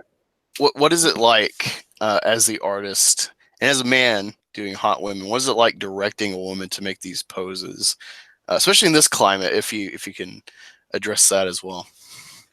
Well, if they don't stretch, it's kind of uncomfortable. Well, I like to keep friends that are very like-minded, and they aren't like these stuck-up strange people. So like, I'm not just gonna walk up to someone on the street and go ahead and pose for me. You know what I found is that when I sketched in coffee shops, I had girls walking up to me. So that's a great way to meet women who are like-minded. No, I'm just saying this is a great way to meet women that are like-minded. It's like, hey, and if you're good enough, which I'm not, I couldn't sit in front of someone and sketch them. It's like I haven't developed the discipline for it. But I can imagine it's like, if I had that ability, it's like, hey, can I draw you sometime? And I'm sure there are women out there who'd be like, oh, hell yeah. Because women like to be noticed. They like attention. And they'll strip down for I know Angus hasn't had these kinds of experiences, but the thing is though, it's possible. That's what I'm saying, Angus. I'm just imagining There's Roger in a coffee shop. He's like, sketching, or he has like something nice in front of him, and he's kind of just drawing like the lines that are already there, and then he takes them back to like the studio or whatever and has them pose, and it's been like 3 hours of her just like being naked and pose a certain way, and then he just like he shows the finished product, just like a stick person with like some big tit, and you need to call the boner police. Oh my god, it's like Homie the Clown. Which one is me, homie? You the stupid one in the middle. It's like 3 stick figures. It's like, I was here for this. I'm not that bad. I'm not that bad. They'd be like, wait a minute, is that my face? Oh my god. Wait, go back to that. Hey. Pollock. Okay. The Jackson Pollock. No, that'd be Angus. Yeah. he's the spray on type. Ladder on. He's struggling with one hand. It's like, this isn't me. It's like, yeah, well, it's you when I'm finished. Oh god. Painting my canvas. Rainbow splatters. Oh my god, really quick. I was offering this as a suggestion for viewing to my boss. I'm like, hey, have you seen Ex Machina? And he's like, no. I'm like, I was kind of giving him the gist. I'm like, you gotta watch it, dude. It's awesome. There's one part where you're just gonna be like, what the fuck was that? That was just out of left field. Have y'all seen Ex Machina? No. Oh my god, you need to watch it, Roger. It's goddamn amazing. Because there's this one part. It's got Poe Dameron and General Hux, and you're like, oh god, soy boys. No, this is an amazing movie. It's like an android, an AI character that they're developing, but it's like feminine and sexy and shit. And there's a crazy twist at the end. There's a scene in the middle of the movie where out of nowhere, this serious slow burn film, they just have like a random dance scene and shit, and it's just like, what the fuck was that? Because it's like so out of left field. And I think it's a Pollock. I'm not sure, but he's got this like abstract art and shit, and it's like, oh, it's like the randomness of painting or something. Just I'm thinking of that, but yeah. I don't know. I read the synopsis to it, and I'm like, this is a fucking dumb movie. I mean, Wow. It's like for a character like Hux, God, I can't remember his name. Donald. It's like Donald Gleason. Yeah, Donald Gleason. Thank you. He should have stuck with Harry Potter. I don't know. I just. Wait, that's not Ron. That's a different guy. No. That was Ron's brother. He worked with dragons. He got attacked by the werewolf. So I never noticed.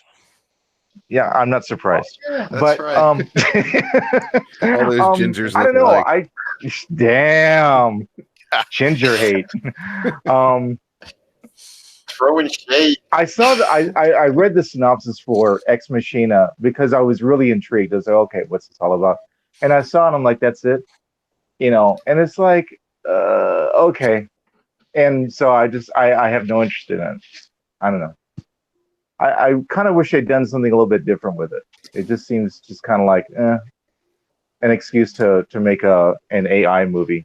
There was one where it wasn't AI. It was like, or I guess they were AI or something, about these women that were turned into like some sort of assassin, and it was this young girl that they were going to terminate. And then she decided, I don't want to be terminated. So she basically terminated everyone that was part of the project.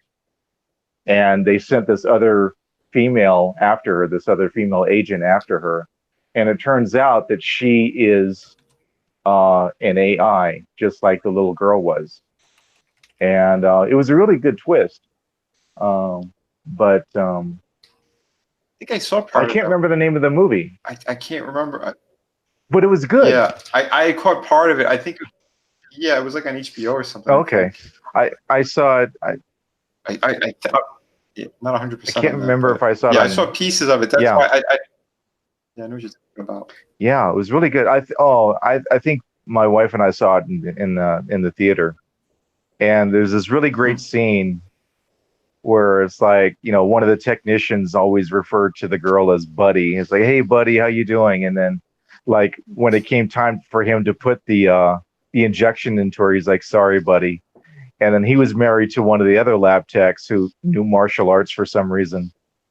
And so when she went toe to toe with the girl, she's like, or before she went toe to toe, it's like, where's so and so, like her husband, and the girl was like, sorry, buddy.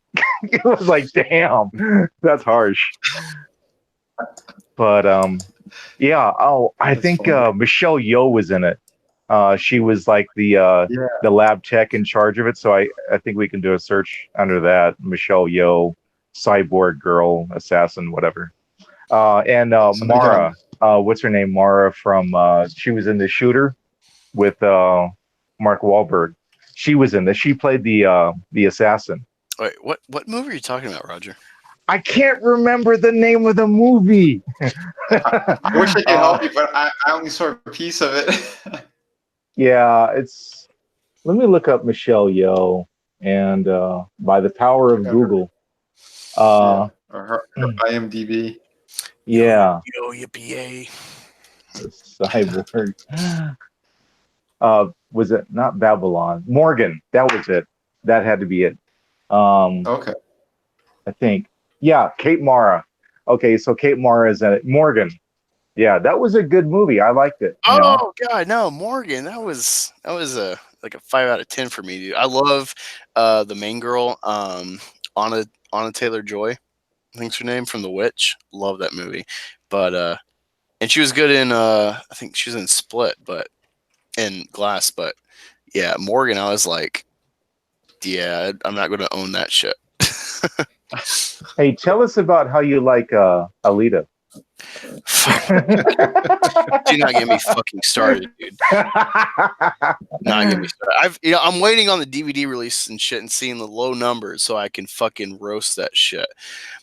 Because we got some SJWs on our side with Alita. You buy into the female representation shit instead of just watching shit.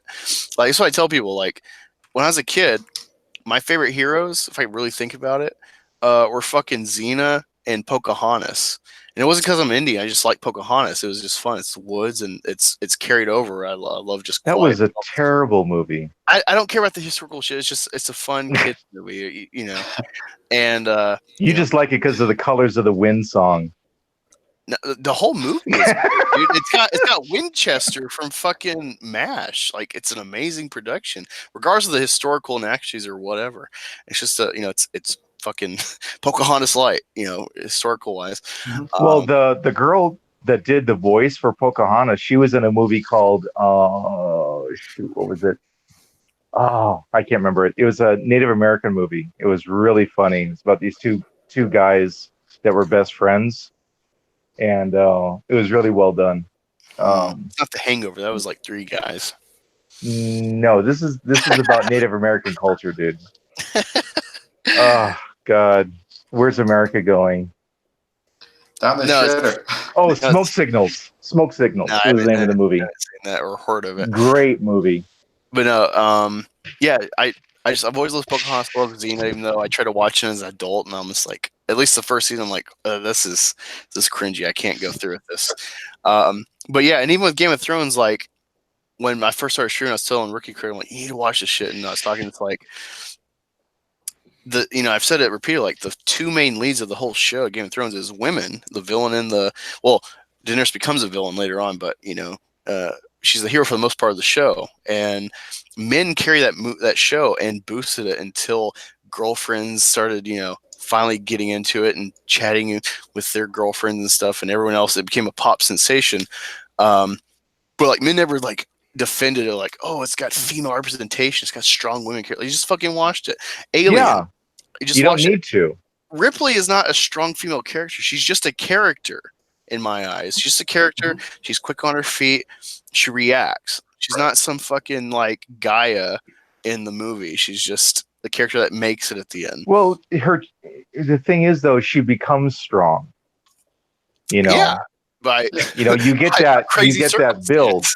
Yeah, but it's even if there's a subtle feminist push behind it, like I never got that from the movie. It's just movie, like the whole draw is the goddamn alien, in my opinion. Like you would watch it if it was just, oh god, here's Ripley, like fuck her. Sarah Connor, like fine, but it's just a character. Like you go see it because of Arnold, and the situation, the story. It's not about here's a woman. And when you push Alita, like that's where I should have first noticed, because I bought into it. Odin, Salty Nerd, Jeremy, all these people were like, "Go see Alita. It's a strong female." I'm like, "Awesome, boycott Captain Marvel." And then I watch. I'm like, "This is the worst 2 hours of my life." Trying to convince. Yeah, but that's compensating. That's all that is. Exactly, compensating. When you buy into the I'm not sexist. Look, I like Alita. Oh my gosh, it's so amazing. You never play their game because then you become them. Yeah, and that's the trend that I'm seeing happening with a lot of these YouTubers. It's like they become the very thing that they have set themselves against. And that's the thing. Anything that you try to resist, you eventually become. Yeah. Really quick, I just want to say, at the same time, during this era in between Alita and Captain Marvel, he had a great, strong female character about a true fucking story. Yes, wrestling is staged, but you still have to be a strong athlete to make it through. From a wrestler. The movie Fighting with My Family with Paige is a strong female character, a story about an actual woman who only made it in the WWE for like a couple years because of medical problems, but she was at the top of her game. And I don't watch wrestling, and it made me like, I don't want to watch wrestling. It's like, I want my daughter to see this movie when she gets older and understands it.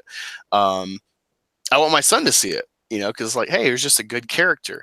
Yeah, people try to neg and be like, oh yeah, she's so strong. She had those porn videos leak. It's like, who fucking cares? And that's the other thing too, is like they neg on Paige and neg on that movie. It's like, oh, she had pornos leak getting double dicked. And it's like, if Dwayne the Rock Johnson was fucking two chicks from the WWE, everybody like, oh, Rock's awesome. See, double dick two chicks. It's like whatever. Like they try to neg the movie or the character of the woman, the actual woman it's based on, because of the porn. It's like that has nothing to do with the movie. But I never watched it, never touted it as like, hey, go see this because it's a female. It's like I just liked it. It was endearing. I bought into the character. And no one talked about it. The Mary Sue never talked about it. And you know why? Because it shows a very binary system of athletics. I think that's why it never got pushed, even though it's an actual true story of a woman. But Vinny, you were going to say something. Time out. Yeah, I think there's an argument to that as well. Because, like, I didn't look at all the marketing bullshit for, like, something like Alita. Because I know what they were going to try to do. So I didn't bother. That it's an anime property that's been around apparently for a long time. I wasn't aware of that. When I saw the first trailer, I just looked at it like, damn, that looks fucking cool. She's hot, yeah. Yeah, well, no, I never looked at anyone's reviews. I didn't see all the bullshit hype channel with it, train that they were doing. But I saw the movie, and I enjoyed the shit out of it. So you're talking about Alita, right? Yeah. So I think it's what you're influenced by and what you're looking at, and then you go and see a certain movie, you're going to be looking for certain things. You could turn anything sour. That's why I saw the... Oh, go ahead, sorry. I was going to say, well, that's why I try not to look at reviews. I try not to look at anything until I actually watch the film. So the same thing happened with Captain Marvel. I know everyone beat it to shit before it came out. And I went, well, I'm staying clear of it anyway. And then finally, the family member rented it on Redbox. So, all right, I'll look at it without any influence at all. I just want to see it for what it is. I could not sit through the movie. I watched the trailer and for both of those, and I'm not impressed. If the trailers don't impress me, I'm not going to see the movie. Right. Exactly. If trailers are the hook, and I don't like the bait, I'm not going. Yeah. I'm not going to bite. Yeah, it's subjective. And the reason. Oh, sorry, go on, Vinny. Yeah, I was gonna say, like, yeah, for me, I wasn't seeing women empowerment. I wasn't watching for that. I didn't look at that crap. You know what I mean? I was looking at the story elements of the movie, so I enjoyed it on that level. Yeah, Alita just reminded me so much of Fifth Element. Mm-hmm. It just had so much of that in it. It's like, okay. It's like asking James Earl Jones, "Hey, can you recite the same lines from the Lion King cartoon for the Lion King, live action?" Well, it's like, okay, except he's getting paid and I have to pay. So it's like, maybe I'll watch on Netflix. It's on Netflix right now, right? I don't know. I'll see if my wife wants to watch it. Alita? I mean, my wife even looked at Captain Marvel and she's like, really? Please. Painful. I could not. It's the one modern movie I really could not sit through. I think I got up to a part where there was an explosion. I guess she gets her powers or something from some. There was no reason for that movie to exist. She had 5 minutes of screen time total. Yeah. In Endgame, and you've got who have you got? You've got Scarlett. You got Scarlett Johansson as Black Widow. You've got Gamora. You've got Witch. Oh, you know who I wanted to see? I wanted to see a movie for Gamora and Nebula. Nebula. Thank you. Yes. I want to see their origin story. I want to see them, actually doing the things that they talked about throughout, both of the Guardians of the Galaxy movies. Right. Because there was some real meat there, and it's like these are really two amazing characters. Mm-hmm. Notice I didn't say women characters. I said characters. And that's what it should come down to. Exactly. Characters and story. They were interesting. Right. They were interesting and they were powerful. Exactly. It's not that, okay, here's the new face we chose at random. That's white, wrong. Blonde hair, blue eyes. Yeah. Okay. Do we do the salute? But the thing is, I mean, and that's the thing. That's the thing you've got to look at. And it's the white people that are complaining about not having enough diversity in Hollywood. It's like, well, as someone pointed out, I can't remember who pointed this out. It's like, well, listen, if you're so much about diversity, why don't you step down and let a black woman play Captain Marvel? Ryan Johnson and J.J. Abrams. There's too many white men directing movies in Hollywood. It's like, does anyone see the irony of that statement? It's so stupid what they're trying to do, but transparent. So somebody, all right. Speaking of story and character, you have those directors, the Russo brothers.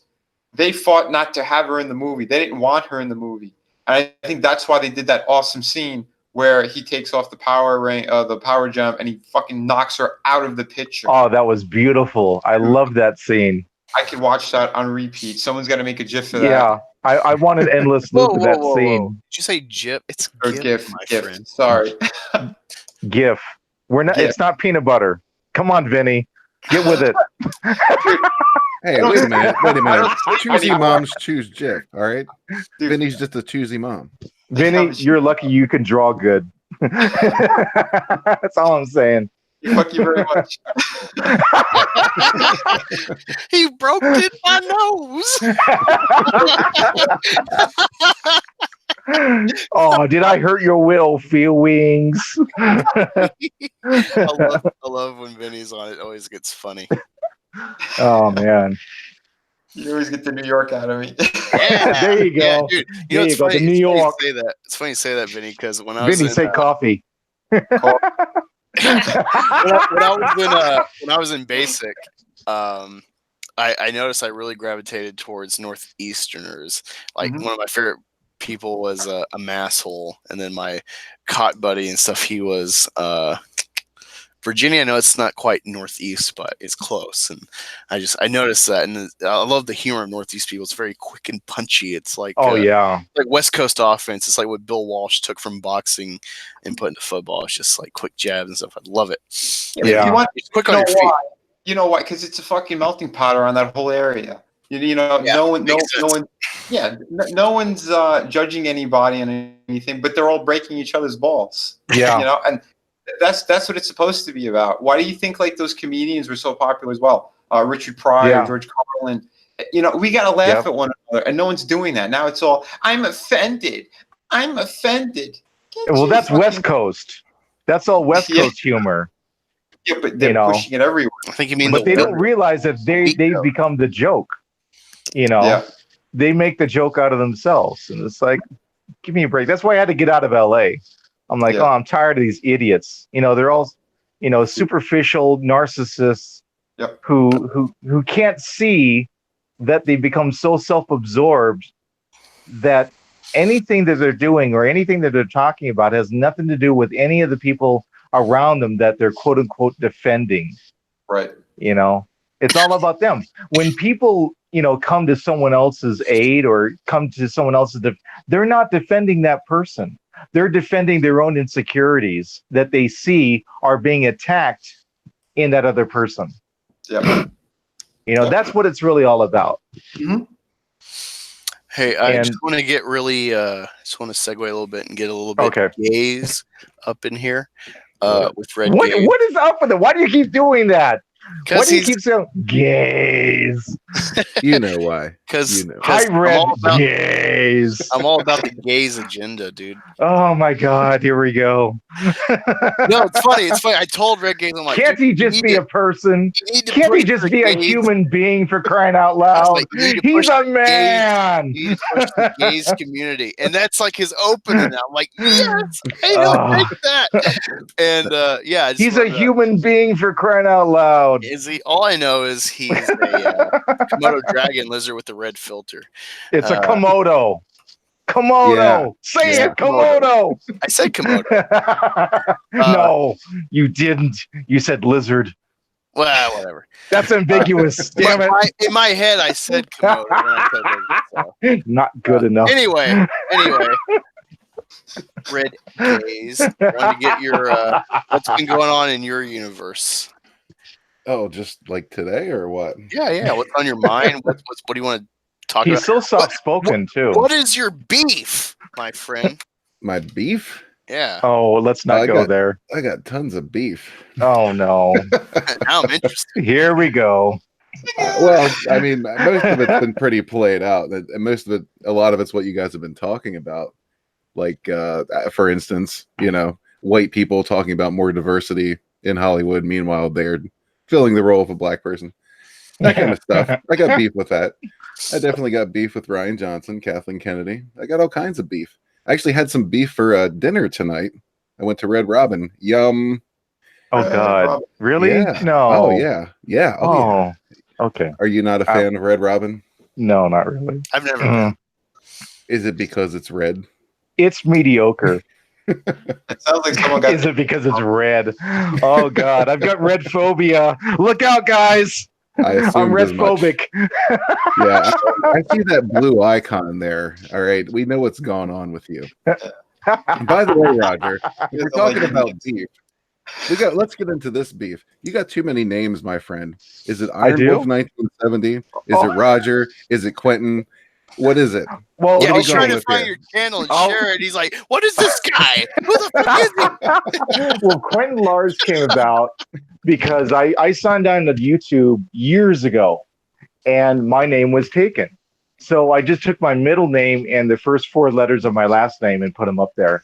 And that was actually from a character that I created for a sci-fi story, Quentin Lars. Whoa. I think I know what the real story is, right? Because here we go. Here we go. He's going to paint it rainbow. Watch. He used to work as a bouncer at a gay bar. So what I really think the real story is with this name is this was not something of a story. Here we go.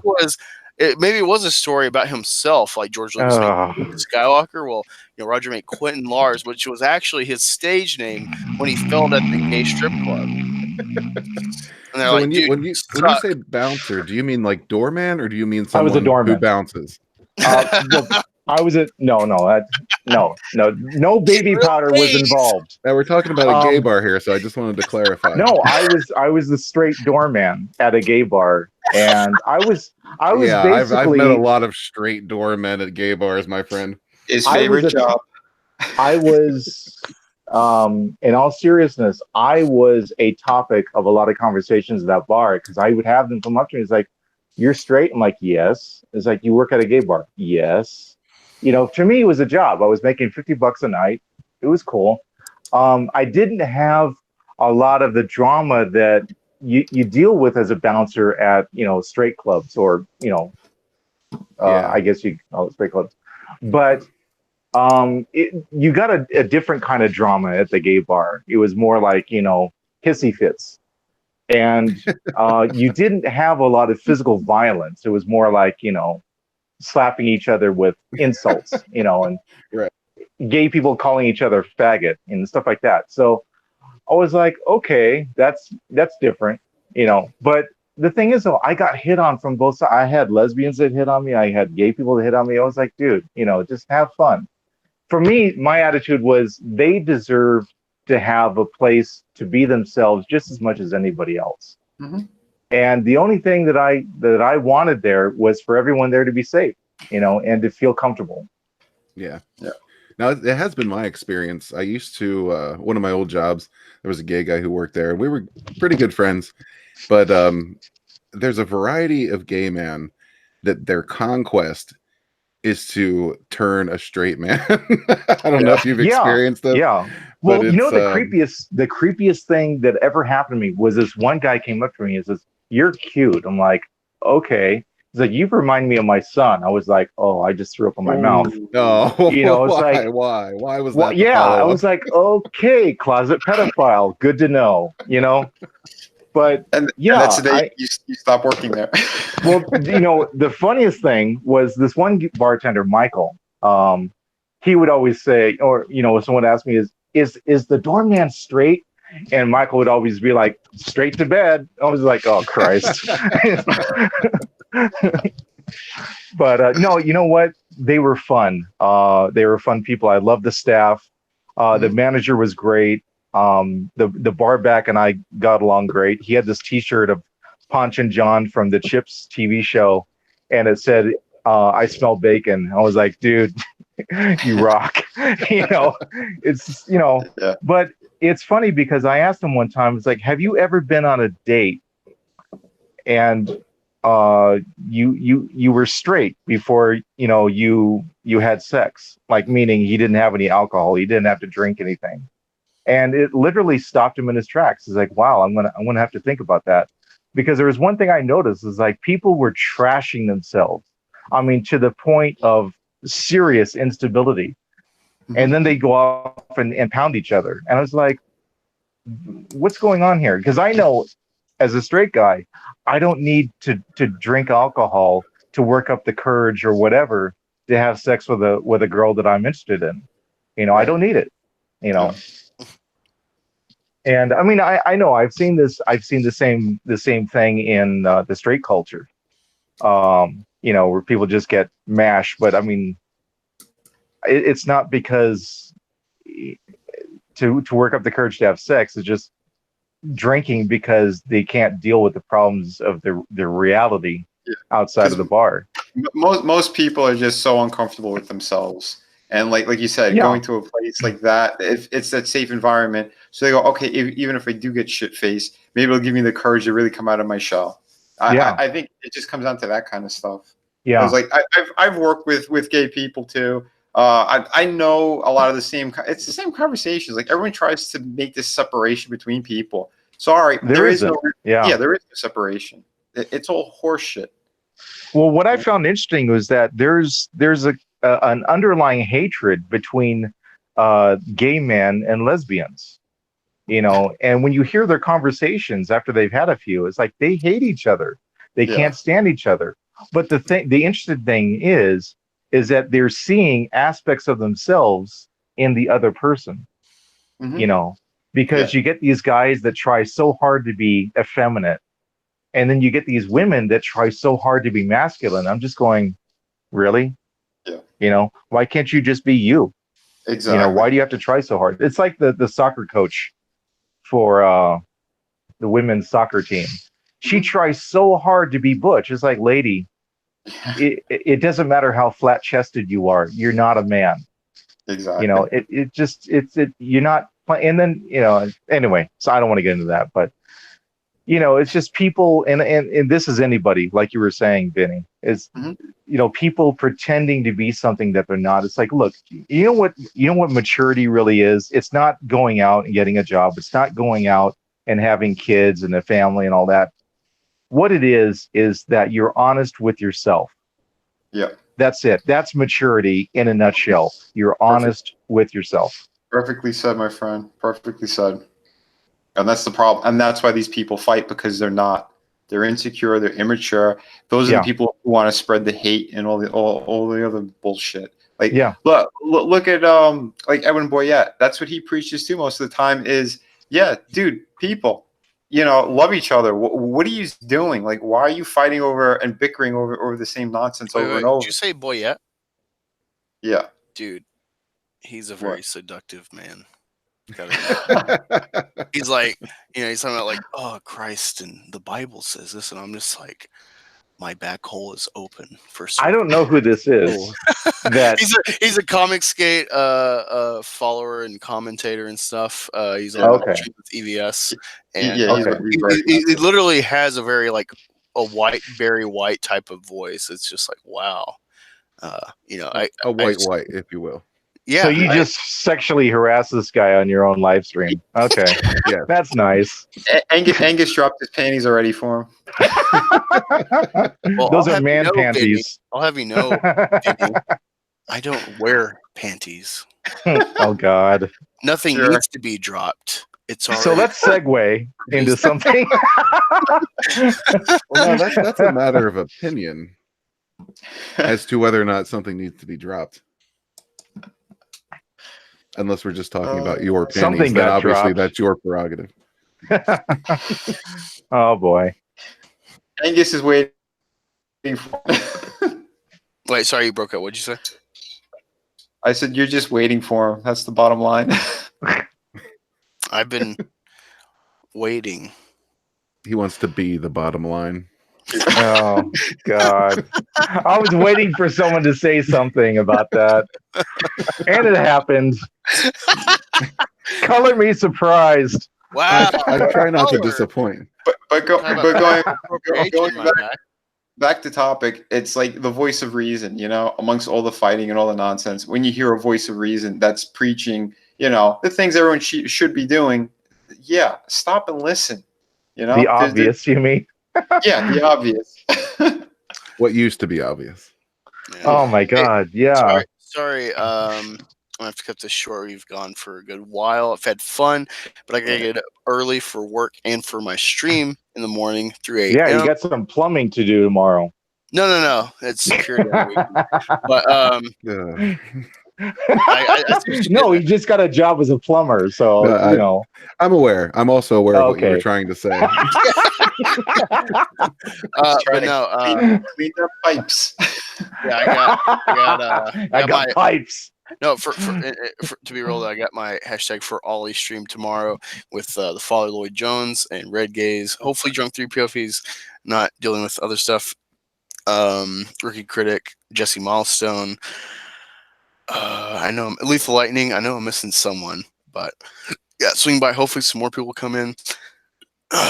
Come join the chat. Come question Lloyd and reminisce about Spider-Man and stuff, and help him just support Lloyd. He's still dealing with his daughter who has leukodystrophy. Donate if you can, and just be present, share it out and stuff. Help people see the replay and donate if they want and whatnot. Have everyone plug their channel. Start with Red Gaze since you're newest in the panel. Oh, hell yeah. Get down with the Gaze agenda. Join the Gaze community. Swing on over to the Red Gaze and check out the content. It's mostly Star Wars comics, utter nonsense. That pretty much covers it. Yeah, come check it out. Thank you very much. Thank you very much. Very much. I do my stunt too, by the way. Vinny Tardamella. Yes. Yeah, please check out City of Venus, Dead City, my brand new campaign for this great new series. I mean, you guys are gonna love it. Tons of action, hot chicks, futuristic story. They're gonna eat it up, man. I'm telling you, I poured so much into this. Detailed, every page, every corner of a page has got detail on it. Yeah, so please check it out. I'm also on Twitter. It's VinnyArt. I have a YouTube channel as well. I'm trying to put more videos up whenever I get a chance. I might be doing, but yeah. And Angus, I will be, as soon as I see those links for the chat with Ollie, I'll be putting them up everywhere too. Thank you, dude. I appreciate it. Hey, yeah, man, no problem. Vinny, if you and I could have a conversation about some ideas I've got, it'd be great too. Regarding for maybe a comic, you know, if you ever want to work on something together with someone. Yeah, hit him up. Yeah. Follow him on Twitter at VinnyArt. Yeah, follow me on Twitter. Message me there too, because like right now, I mean, a lot of guys have been asking, but I am pretty damn swamped at the moment. Yeah. I'm trying to make a little bit of room here and there. Like next month, I'm gonna try to do a cover or two for a couple of guys. Cool. But yeah, at the moment it's a little bit difficult for me. No, yeah, I know. I got that. But yeah. Well, like I said, yeah, just reach out anytime, you know, direct message to do, and I'm sure we'll catch each other on another stream as well. Yeah. Yeah, I'm already following you on Twitter, so. Cool, man. Awesome. And you know Roger, he's just white guy that comes on my streams. The guy that just hangs around. Yeah, he's a gay bouncer. Oh God. Here we go. Take that as you will. I haven't done security in a while though. You know, he's a closeted gays agenda pusher. Well, as everyone should be, minus the closeted. God. So is this my turn to talk about my Twitter and my YouTube? Yeah. Okay. So yeah, I'm on Quentin Lars for YouTube, and it's mostly like meditation videos and videos that kind of help people understand certain things about how to deal with emotional baggage in their life. My Twitter, Roger Larson 1970. Right now, it's kind of like I'm focused on a vampire story that I've been writing. So it's just something I've been posting up and having a lot of fun with. Sometimes I'll do stuff about Star Wars, but right now it's vampires and werewolves. So I bet they sparkle. No, they do. No, they don't. I'm not buying that shit. Oh, the tragedy. No, thanks for coming, guys. I appreciate it. And Roger's Vampire